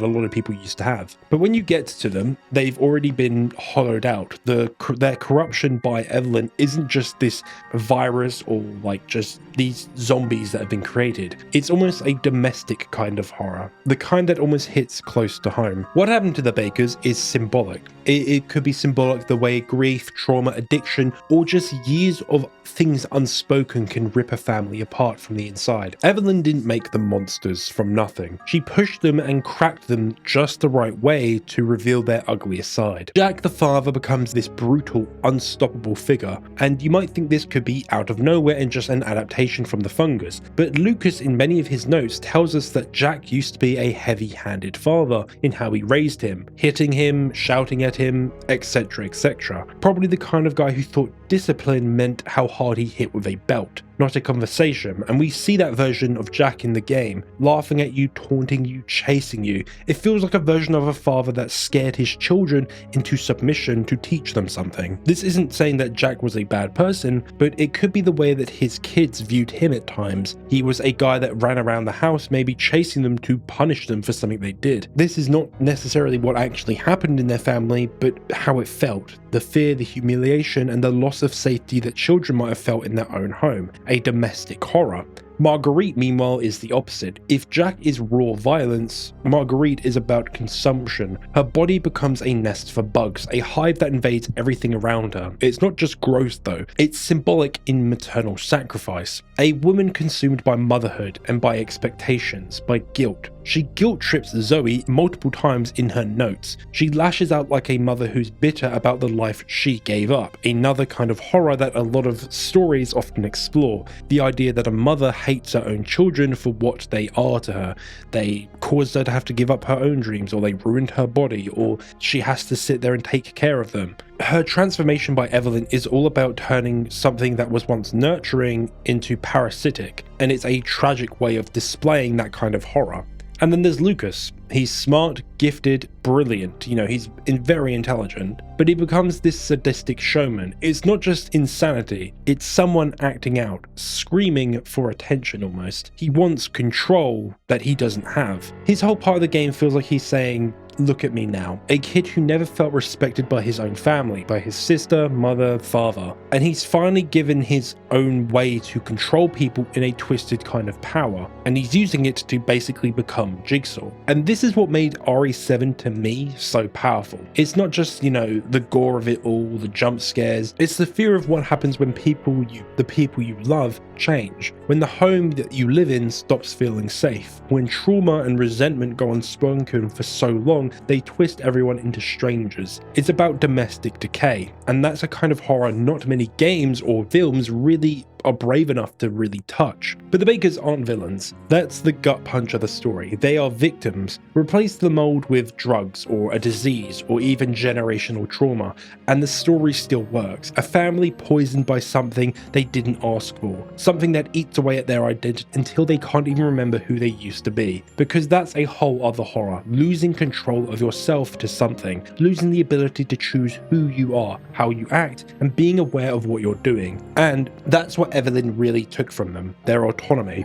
That's what addiction does. That's what grief can do. That's what trauma can do. It infects the wiring in your brain, and even if some part of you is still in there watching it happen, you're not able to stop yourself at times. Now, Ethan's story taps into that as well. He's kind of a blank slate, of course, but in the game it works because RE7 is about being alone, completely cut off with no one to help you, no one to talk to, and just the memory of someone that you love, and that overwhelming, drowning weight of not knowing who you can trust anymore. It's horror that focuses on isolation, and it hurts. Ethan becomes a vessel for our own panic, for the fear of losing yourself to the mold or whatever the thing is, and everyone else around you. The house too tells that story. At first it's normal, a simple locked gate, creepy porch, whatever, but it's pretty normal. But as you go deeper and deeper, things start to show. The walls bleed, the floorboards groan, and the idea that something beautiful and traditional hiding something horrible underneath presents itself.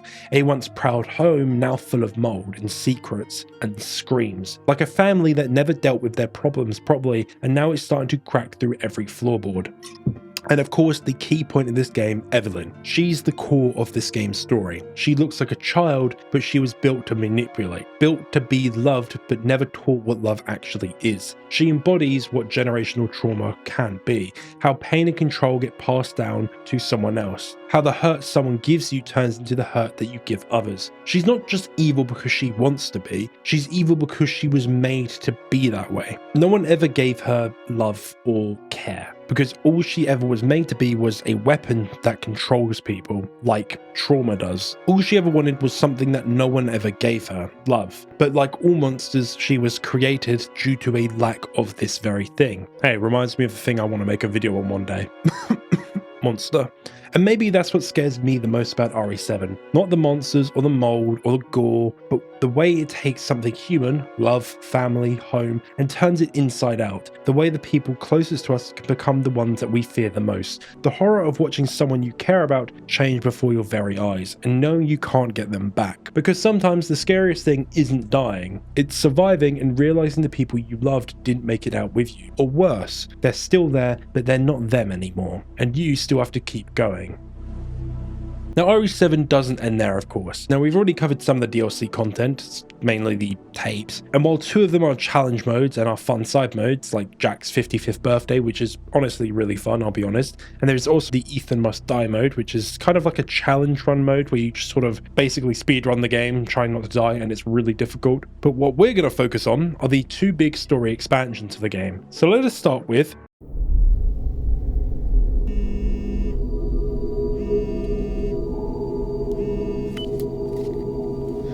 Is it ready? Can we begin?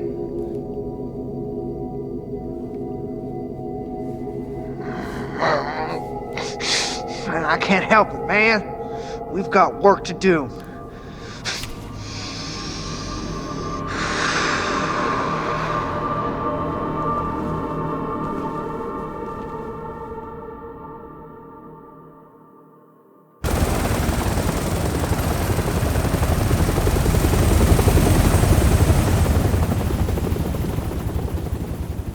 Did we lose him? No. Ethan Winters has been secured. He's alive and well, considering. And Lucas Baker? Right now, he's our only link to the connections. He's next on my list.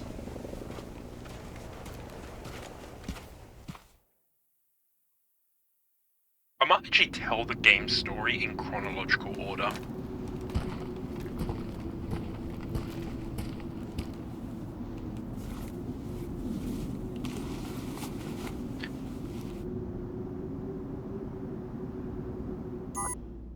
So, the Not a Hero DLC. Obviously, we get to play as Chris Redfield, with him now finally hunting down Lucas Baker for Blue Umbrella, and we get to learn a lot more about who the connections are and who Blue Umbrella are. Now, on Chris's mission, he also needs to be on the lookout for 3 other soldiers who have been captured on their own mission, and we are sent into this mission, which I find really funny, with very little ammo. But it doesn't matter, because just like always, Chris can fix any problem he has with a simple hard punch. But anyway, we very quickly find our first friend and try to save him. I'm getting you out of here. Leave me. It's too late. We're both walking out of here. I got news for you. What? That's not gonna happen. Oh, I wouldn't do that if I were you. Now, you can try and take that off all you want, but I'd advise against. My hand might slip and... Lucas! Oops. Now here's the deal, Chris. You don't follow me, and I don't bounce your head off the ceiling. Same goes for little soldier brains too. Adios. Moving chachos.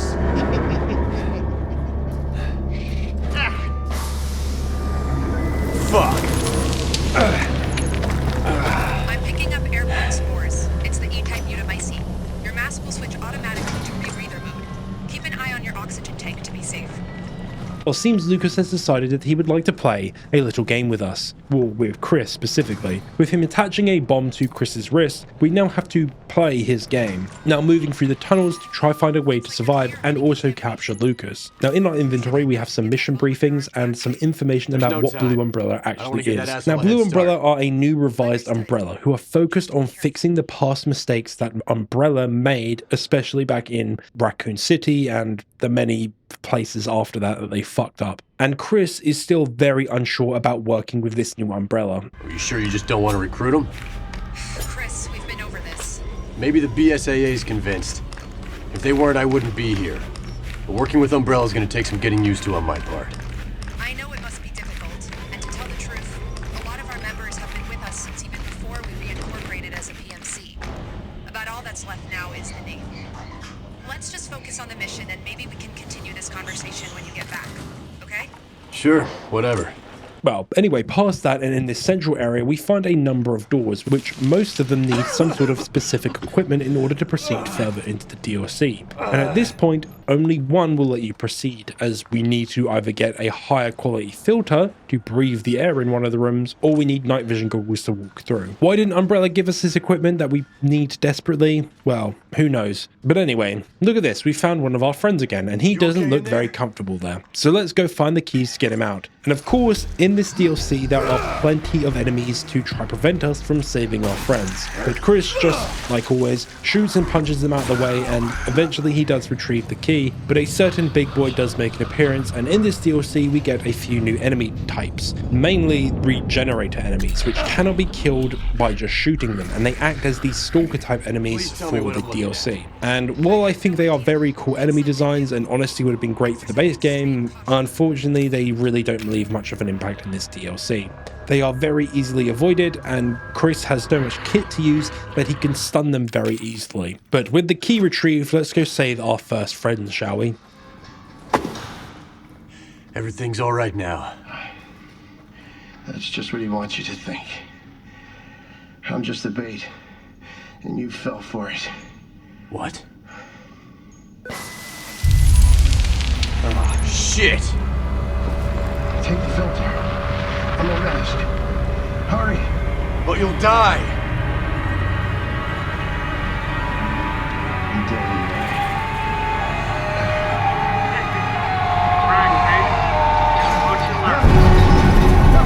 Lucas! No!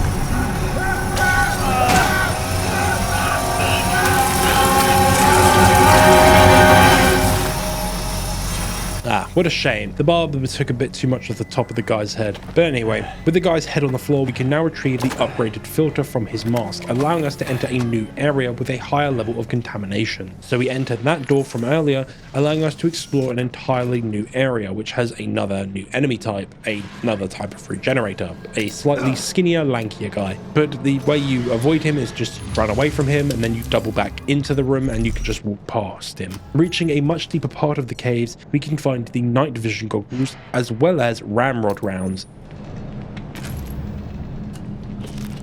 Those ramrods should allow you to take down the new white bolt variants. Good. So now with ramrod rounds, we can easily deal with the regenerators, and with the night vision goggles we can enter the very dark area and avoid the bombs that are set up everywhere on the floor. And getting through there and pushing some carts around with Chris's brute strength, we eventually enter a rather interesting room. Well, we now need to save our friend here, and let's make sure we actually save them this time. So let's make sure that we disable the bombs so this doesn't happen. Marquez? Boo! Wrong boo, Chris, old buddy! What the? You can die now, Chris. Fuck!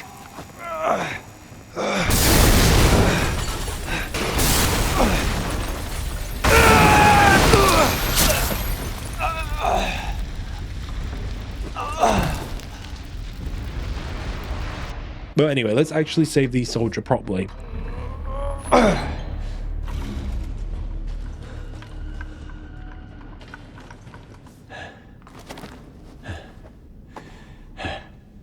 Hey. Hey, you still with us?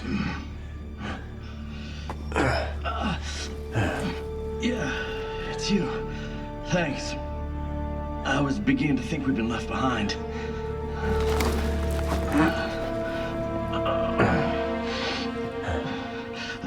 think we can get out this way.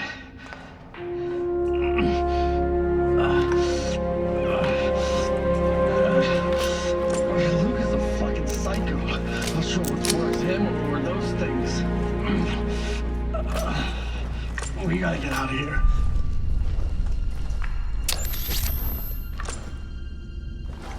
Over here. We can get out. Up through there. Oh, fuck. You gotta be kidding me. Fuck! Fuck! Fuck! Get this thing off me! Well, we are 3 for 3 on saving these soldiers. All of them are dead. I don't know about you, Christopher, but I'm getting real tired of playing games. 3 men, Lucas. 3 of my men dead because of you. This ends, and it ends now. Well, I don't think so. It's about to be 4 dead soldiers in a minute. You're going to fail, then you're going to die.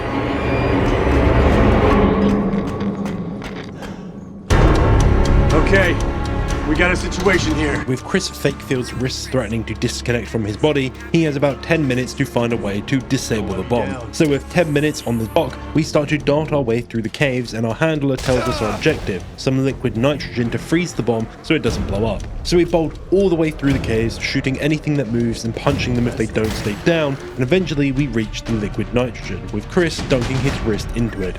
Here goes nothing.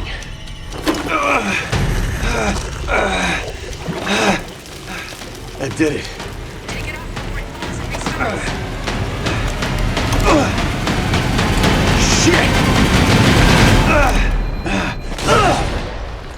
With the bomb now being disposed of, Chris makes his way to confront Lucas, which starts with us opening this door drill thing. I don't know what this thing is. Christopher, still with us, I see. Very impressive, my friend. Very impressive. Let's just see how impressive you really are. He now challenges us to fight a bunch of molded in a very tight space, and I actually quite like this tiny section here because it really does encourages you to juggle between weapons so that you're never out of ammo at any point, and the best way to obviously kill as many as quick as possible is to reduce the amount you're reloading. So of course you jump between your 2 weapons, your shotgun and your pistol. But of course Lucas is not done with us quite just yet, with one last trick up his sleeve.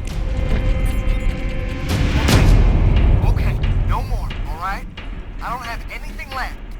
You won't get any sympathy from me, asshole. I know.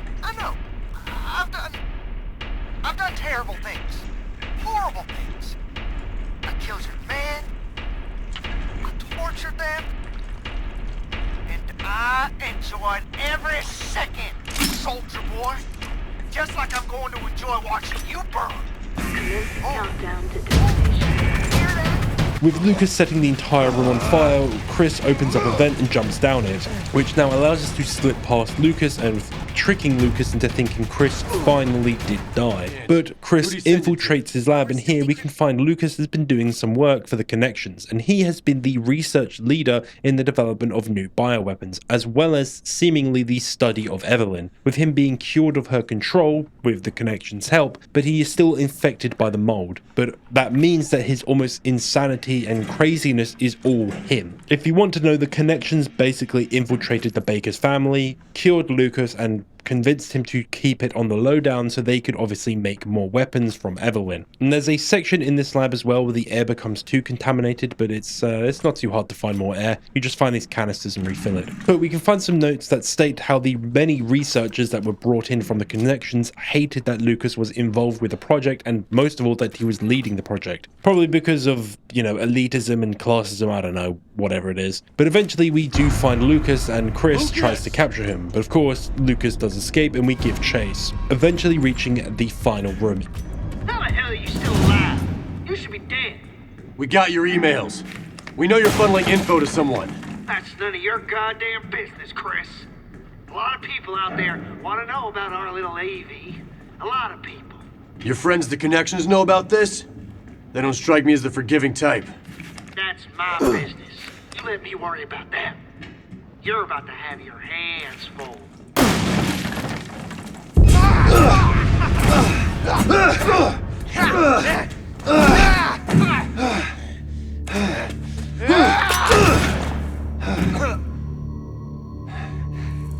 I don't. No. I don't believe it. Believe it. It's over. No. No way. Just shut up and accept it, Lucas. Love that, wouldn't you? Oh boy. Got a situation down here. Infection is at critical mass. Tell me something I don't know. I got something for you. I'm fucking strong. You're going to need to proceed with caution. Extreme caution. Oh, well, that's different. Like I haven't been since we got here. Why is the music so loud for the DLC?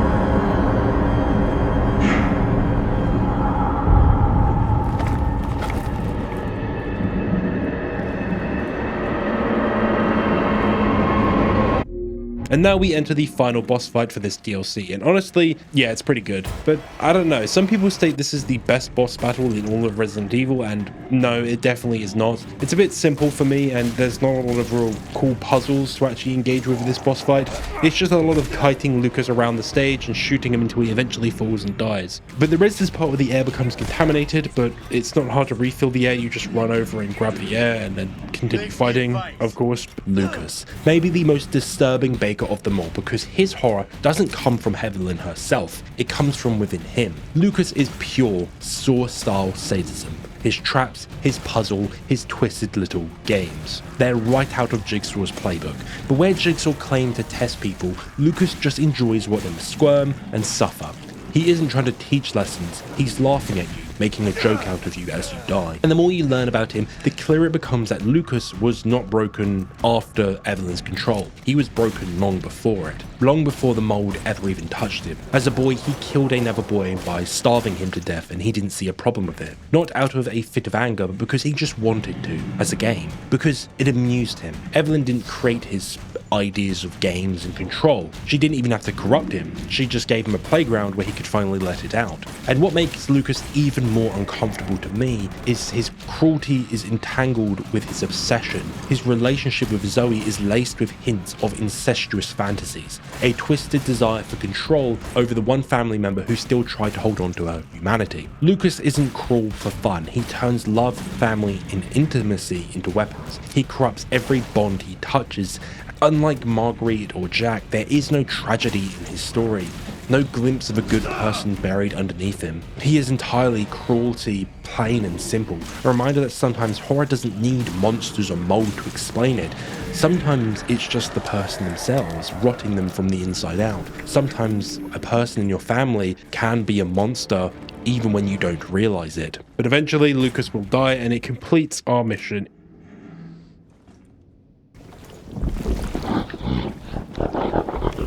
And of course, it can't be a Resident Evil game without one cheesy line. Game over.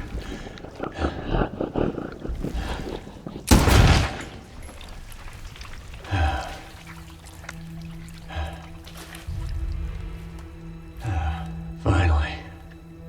Chris, the data transfer is almost complete.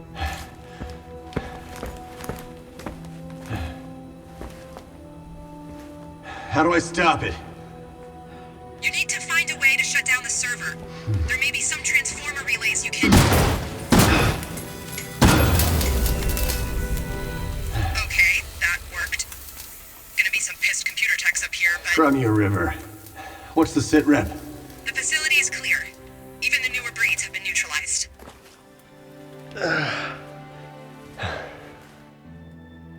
Then I'm out of here. That is the most Chris Redfield way to do it. Perimeter wall is up and operational. Good. Think we did any good here? Not for them, unfortunately. But the mold is contained. Hopefully. Chris, there's a call for you. You need to take it back at the camp. All right. I'm on my way.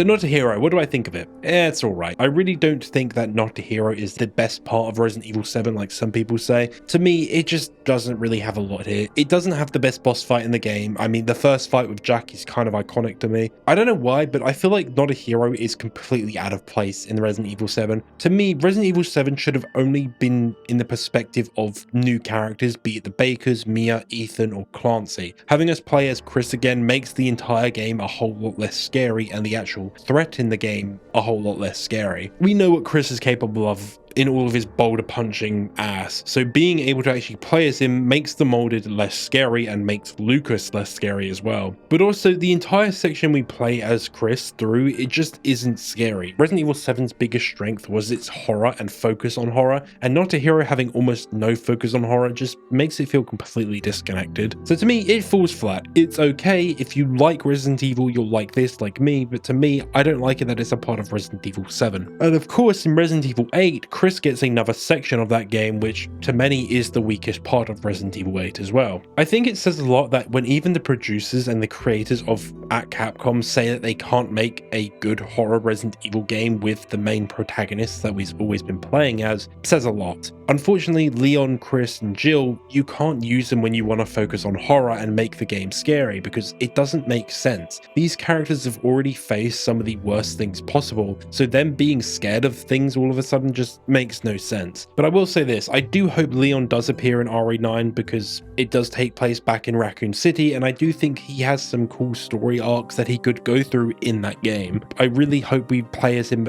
in a very small section. Like, I don't want the extended Chris section we got in RE8 that ends the game. Just have him be like a very short section where he revisits the RPD again, and that be it. However, despite my issues with this DLC, I would still strongly recommend it. It's almost 2 hours long, maybe more, and it is good fun, especially if you're a fan of, you know, RE8 or the remakes with the more heavy action focus. But to me, it is definitely not the strongest part of RE7. But we've got one more DLC to talk about, and that is The End of Zoe.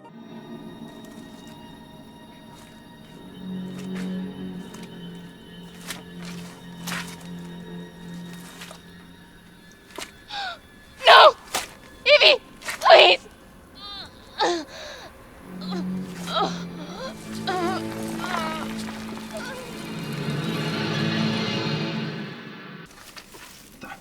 We got a casualty here. Hey, I think she was What the hell you boys up to? That's her, all right. Zoe Baker. She's still breathing.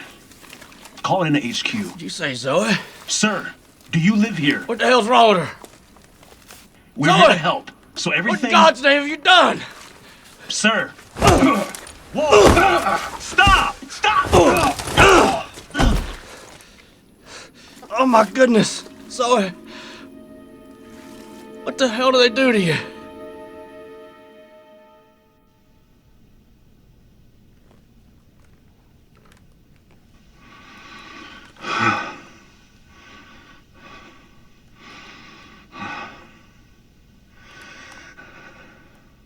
Listen to me. We're here to help.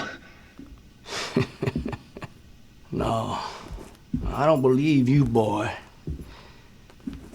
Tell me, what kind of help comes in a helicopter gunship? You don't know what you're talking about. You don't get it. You think I don't know who you people are? With all these monsters running around here. Tell me, where'd they come from? It's not what you think. You don't understand! Well, I don't understand! You see that girl back there? Look! That there, my brother's little girl. My niece, you understand? And around here, family is a righteous cause. And you ain't gonna kill my family. Now see, that ain't something I can abide. For fuck's sake. She's infected. She's dying. And we're both gonna fucking die if we don't get the fuck out of here right now. She ain't dead yet, boy. So I figure you better do something about it. Before I feed you to your little friends outside. Okay. There's a cure. You're lying to me. I'm not lying. I'm not lying. We were on our way to get her treatment, and you fucked that up when you jumped us.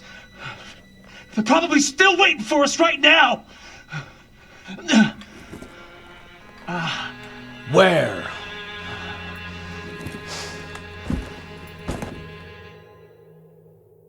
In the End of Zoe DLC, we meet a new family member of the Bakers, the brother of Jack Baker, Joe Baker, and he, just like Jack, is a very strong man, able to physically overpower 2 fully kitted out soldiers with his bare hands, even knocking one of them out by punching him through a helmet, which is a great way to break your knuckles.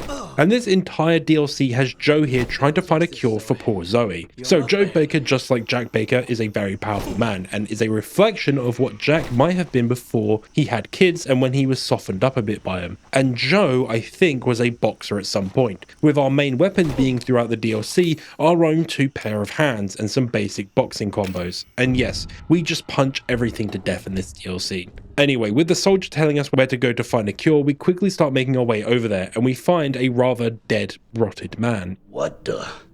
Well, with the cure found and in hand, we now head back to Zoe, but unfortunately, the house has somehow caught on fire, so we quickly head inside.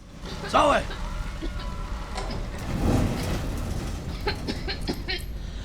All right, now just let it work.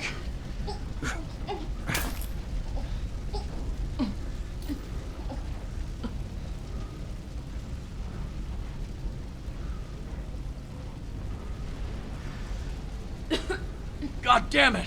Why ain't it working? It wasn't full, was it?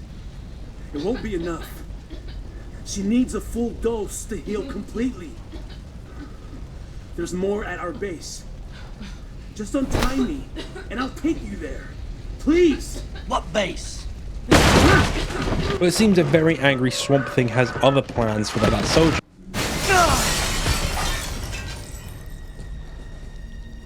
Shit. And even tries to take Zoe with him, but Joe ain't letting that happen. Now carrying Zoe, we escape the inferno and make our way to a boat docked on the pier and start to drive away, much to the displeasure of the Swamp Man.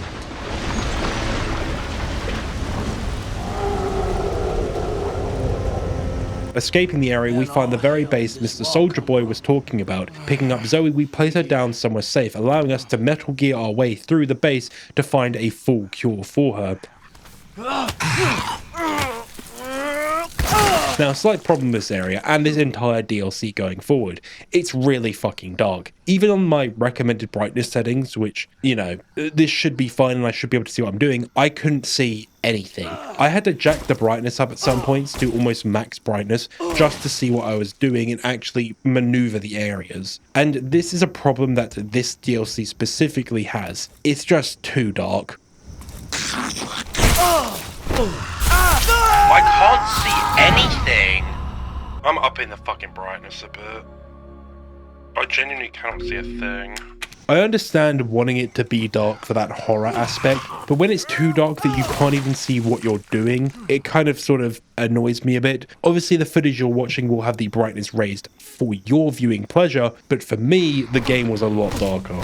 But slowly overcoming and wading our way through the darkness, we can find the other kind of weapon that we'll be using in this DLC, the throwing spear, which is our only ranged weapon. And at this point, we can also find a note about how the mold has spread into the surrounding swamps from the Baker residence, and where the cure for the mold infection is. It isn't in the base right now, it has been moved to the rusted, damaged paddle boat. But as we start to head over there, we meet a certain large swampy boy.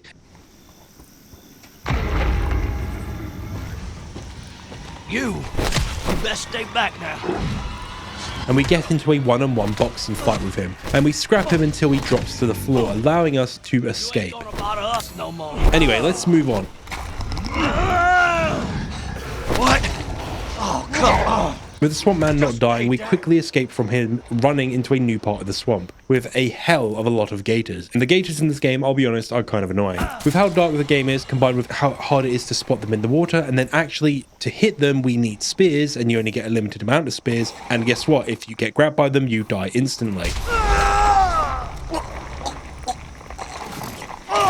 They are the most annoying kind of enemy to me that is just there to just be annoying. But killing all the gators and moving past them, we can enter the paddle boat that was mentioned earlier and start to make our way through it, eventually reaching the center room where the machine is to make a cure, and we quickly met said.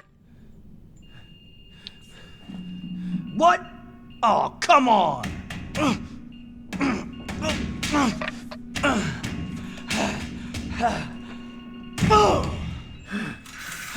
With the cure in hand, of course, returning to Zoe will not be as easy.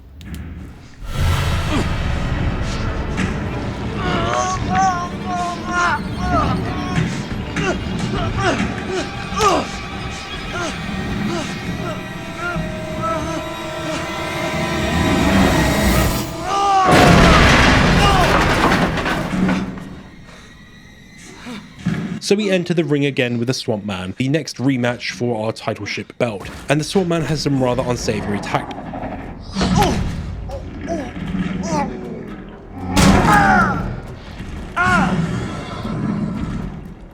But in return for him headbutting us and doing an illegal move, we decide to rip his head off. That's how you get it done! Woo! Anyway, with the Swamp Man beaten for now, we make our way back to Zoe to give her the cure.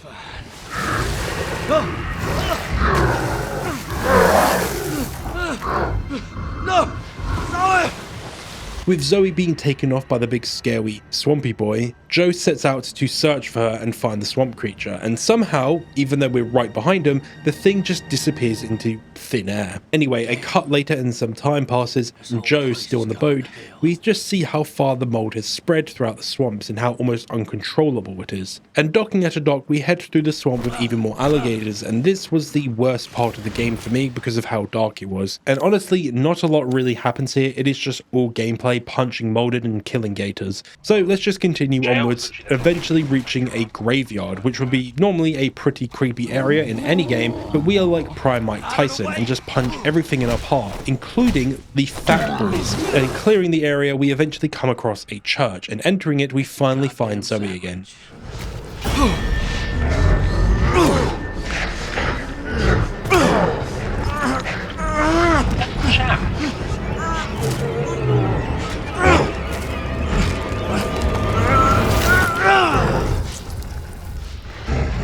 Jack? What the fuck? That's right. Well, it seems Jack has somehow survived the events of the base game and has returned to life, with him now becoming a swamp boy. And him reuniting with his brother, he is not very happy, forcing Joe into a coffin and trying to drown him. But of course, Joe doesn't stay down for the count. Eventually washing up on the shore, we can find an umbrella dinghy and some radio chatter on it. Bigger house camp. Under attack. Gotta be the same thing that attacked Vegas.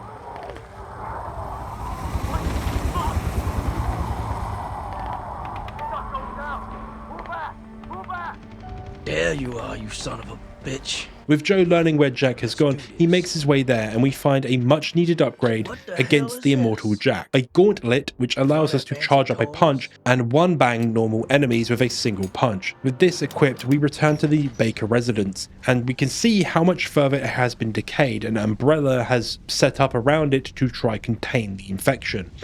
And of course, in this new area the Umbrella has set up, we can find a diary. Well, seems Umbrella is doing a great job with containing the mold. Let us now enter the house, and guess what? We find Zoe immediately. Zoe! Zoe, wake up! Wake up!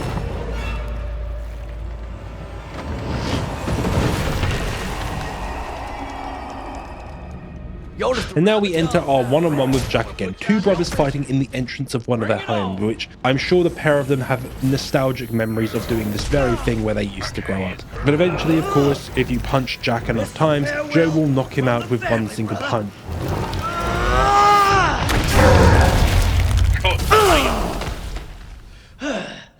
And then able to finally cure Zoe. Zoe, hang in there.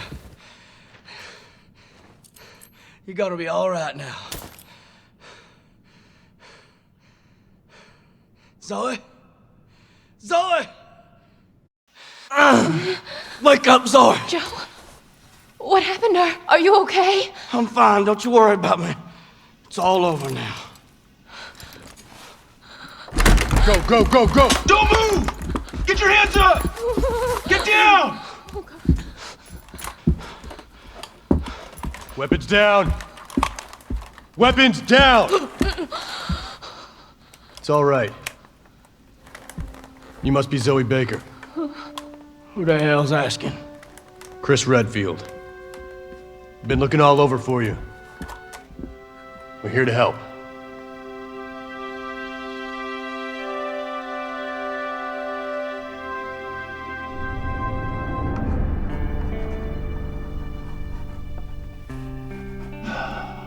You're gonna be just fine.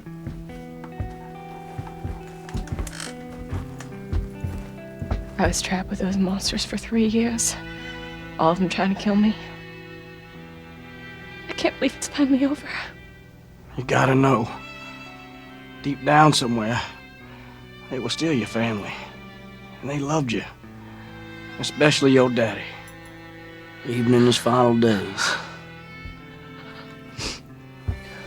We found her. She's a tough kid. Of course. Hang on. Someone wants to speak to you. Zoe. Zoe, are you there? It's you! I don't believe it. You actually made it. We both did. You didn't forget about me. I told you I'd send help. And I always keep my promises. Thank you, Ethan. And that is the end of Resident Evil 7, giving a much happier ending for Zoe and not letting her be left behind and abandoned by Ethan. And it does help to show that Ethan, all things considered, is a good person, keeping his promise in sending help to rescue Zoe, informing Chris and Blue Umbrella about Zoe and how she needed help. It's a shame that one angry old man almost completely threw a wrench in her being saved. Anyway, what do I think of End of Zoe? I like it, it's good fun. If Not a Hero was there to progress the story of the Resident Evil world and tie it into the next game with the connections, End of Zoe is very much about closing the book on the Baker's story and finishing up the story that Resident Evil started with them. It follows many of the same themes of family and what you would do for your family as the base game did. The only difference is it is nowhere near as horror focused as base game Resi 7, because we play as a man who would make Chris blush with his physical prowess. I don't mind it honestly, but again, to me, I think it needed to be much more horror focused, akin to the base game and not the action brawler it was with Joe Baker. It's funny to watch a man punch Molded to death in, 4 hits, but honestly, the way the gameplay plays out in punching things, it gets boring pretty quick. But honestly, it's fine, I like it, it's good fun, and it is a good little way to end Resident Evil 7, a nice little dessert after the main dish. So let's get on to the end now. So much of Resident Evil 7 is about broken people. People who are lost, corrupted, clinging to something that used to be whole. The Bakers were not always villains. They were a tragedy, a family torn apart by something they never chose to have. And what makes it worse is that they weren't just destroyed by it. They were completely used. Their home, their love, their lives, all ripped away by something they didn't understand and couldn't even fathom fighting. Jack, Marguerite, and Lucas, father, mother, son, each became a different face of horror. Violence, control, cruelty. Together they turned the Baker house into a portrait of what happens when the roles meant to hold a family together collapse and twist into something dangerous. They weren't just monsters born of infection. They were a family whose love rotted from the inside and whose home became the most terrifying place imaginable. But the game doesn't end on just that tragedy. In Not a Hero, we see Chris Redfield step back in, the old guard, the guy who still carries that weight. He's not just here to kill monsters, he's here to clean up the mess that has been made, to make things right. But there's something quietly beautiful in that. It's not redemption for Chris, it's acceptance, picking up pieces of a story that's already gone too far and trying to make the best out of it. It's not heroic in a big flashy way, that's heroic in a very quiet way. And then in End of Zoe, someone finally gets out. Zoe, the one person who tried to help Ethan in the base game, who tried to resist the control of Evelyn. She survives, but survival doesn't always mean healing entirely. She walks away scarred and her memories are shattered, her family buried in the mud she grew up upon. She loses everything except her life, and sometimes that's the cruelest part, carrying the weight of remembering when no one else is left to remember with you. Zoe walks away alive, but she's like the house she grew up in. The walls are still there, but everything else inside has been hollowed out. And then there's Joe Baker, her uncle, a man who's rough, unpolished, almost forgotten by the world. But when he sees what's happened to Zoe, he comes back. He doesn't hesitate. He fights through hell, not because he thinks he can fix everything, but because she's family. Because someone had to hold on to her when she couldn't hold on to herself anymore. Joe is the last thread of the Baker family. Joe is the last thread, the piece of the Baker family that didn't break. And through him, the game reminds us that sometimes family never does truly let go. Even when everything else does, even when the world says it's too late. Where Chris is an outsider who comes in with guns and orders, Joe is an insider, the blood that still ties them together. He doesn't save Zoe for the world's sake. He saves it because she's part of his family. And that's where Resident Evil 7 pulls its cruelest irony. Because Evelyn wanted that love too. That was what the infection to her was, family. A family built out of control and obsession. Her love itself destroyed the Bakers. Joe's love saves what little was left. In the end, the same thing that ruined them is the same thing that saves Zoe. Love. And in a story full of infection, madness, and loss, that kind of love, the kind that crawls back through the dirt just to say, I'm still here. If you put it all together, the main game, the DLCs, everything, Resident Evil 7 becomes more than just a horror game. It's about what happens after the infection, after family trauma, after whatever rips a family apart, after the worst has already hit.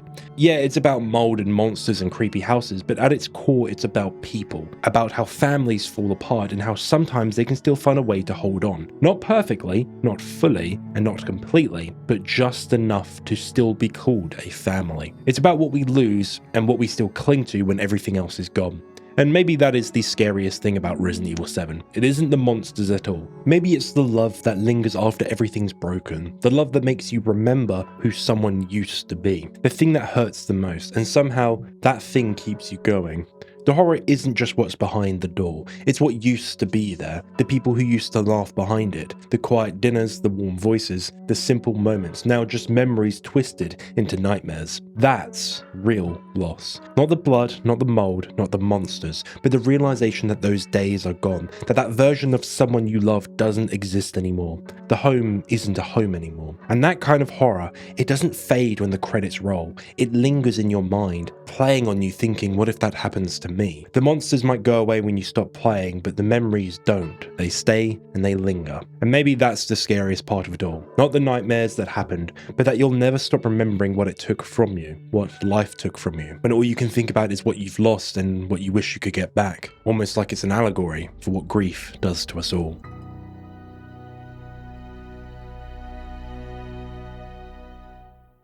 Hello lads and lasses.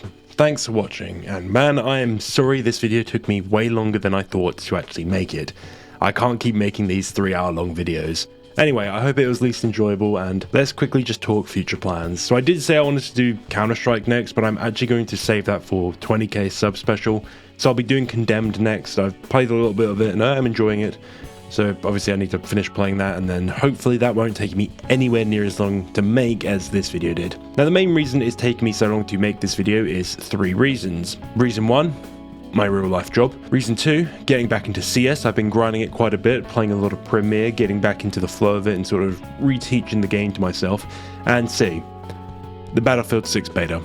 It's not been a good month for me. I've been playing a lot of games, I'll be honest. So if I don't hit 20k by the time Condemned comes out, by the time I make the Condemned video, which I don't think I will, I'll probably do Chronos, and then, I mean, if the Condemned video takes 3 weeks to make, it'll be Dying Like the Beast instead, and then Chronos. And if you still haven't hit 20k, I'll probably do the indie game I said about, Empty Shell. But for this CS video, I'm actually going to need to set up a Discord server so I can actually invite you lot into the game who want to play with me. So basically I need help setting up a Discord server. I need moderators, I need someone to actually help set it up for me, because I've never actually set up a Discord server before, to actually run it properly, and especially this sort of scale, because this is entirely new for me. But I don't want the Discord server to be a one and done thing. I want it to be something that I can keep coming back to and doing videos with. My plan is I want to be able to do more videos on multiplayer games which include you guys more. So I want to do Counter-Strike first, which obviously will be sort of a test for me.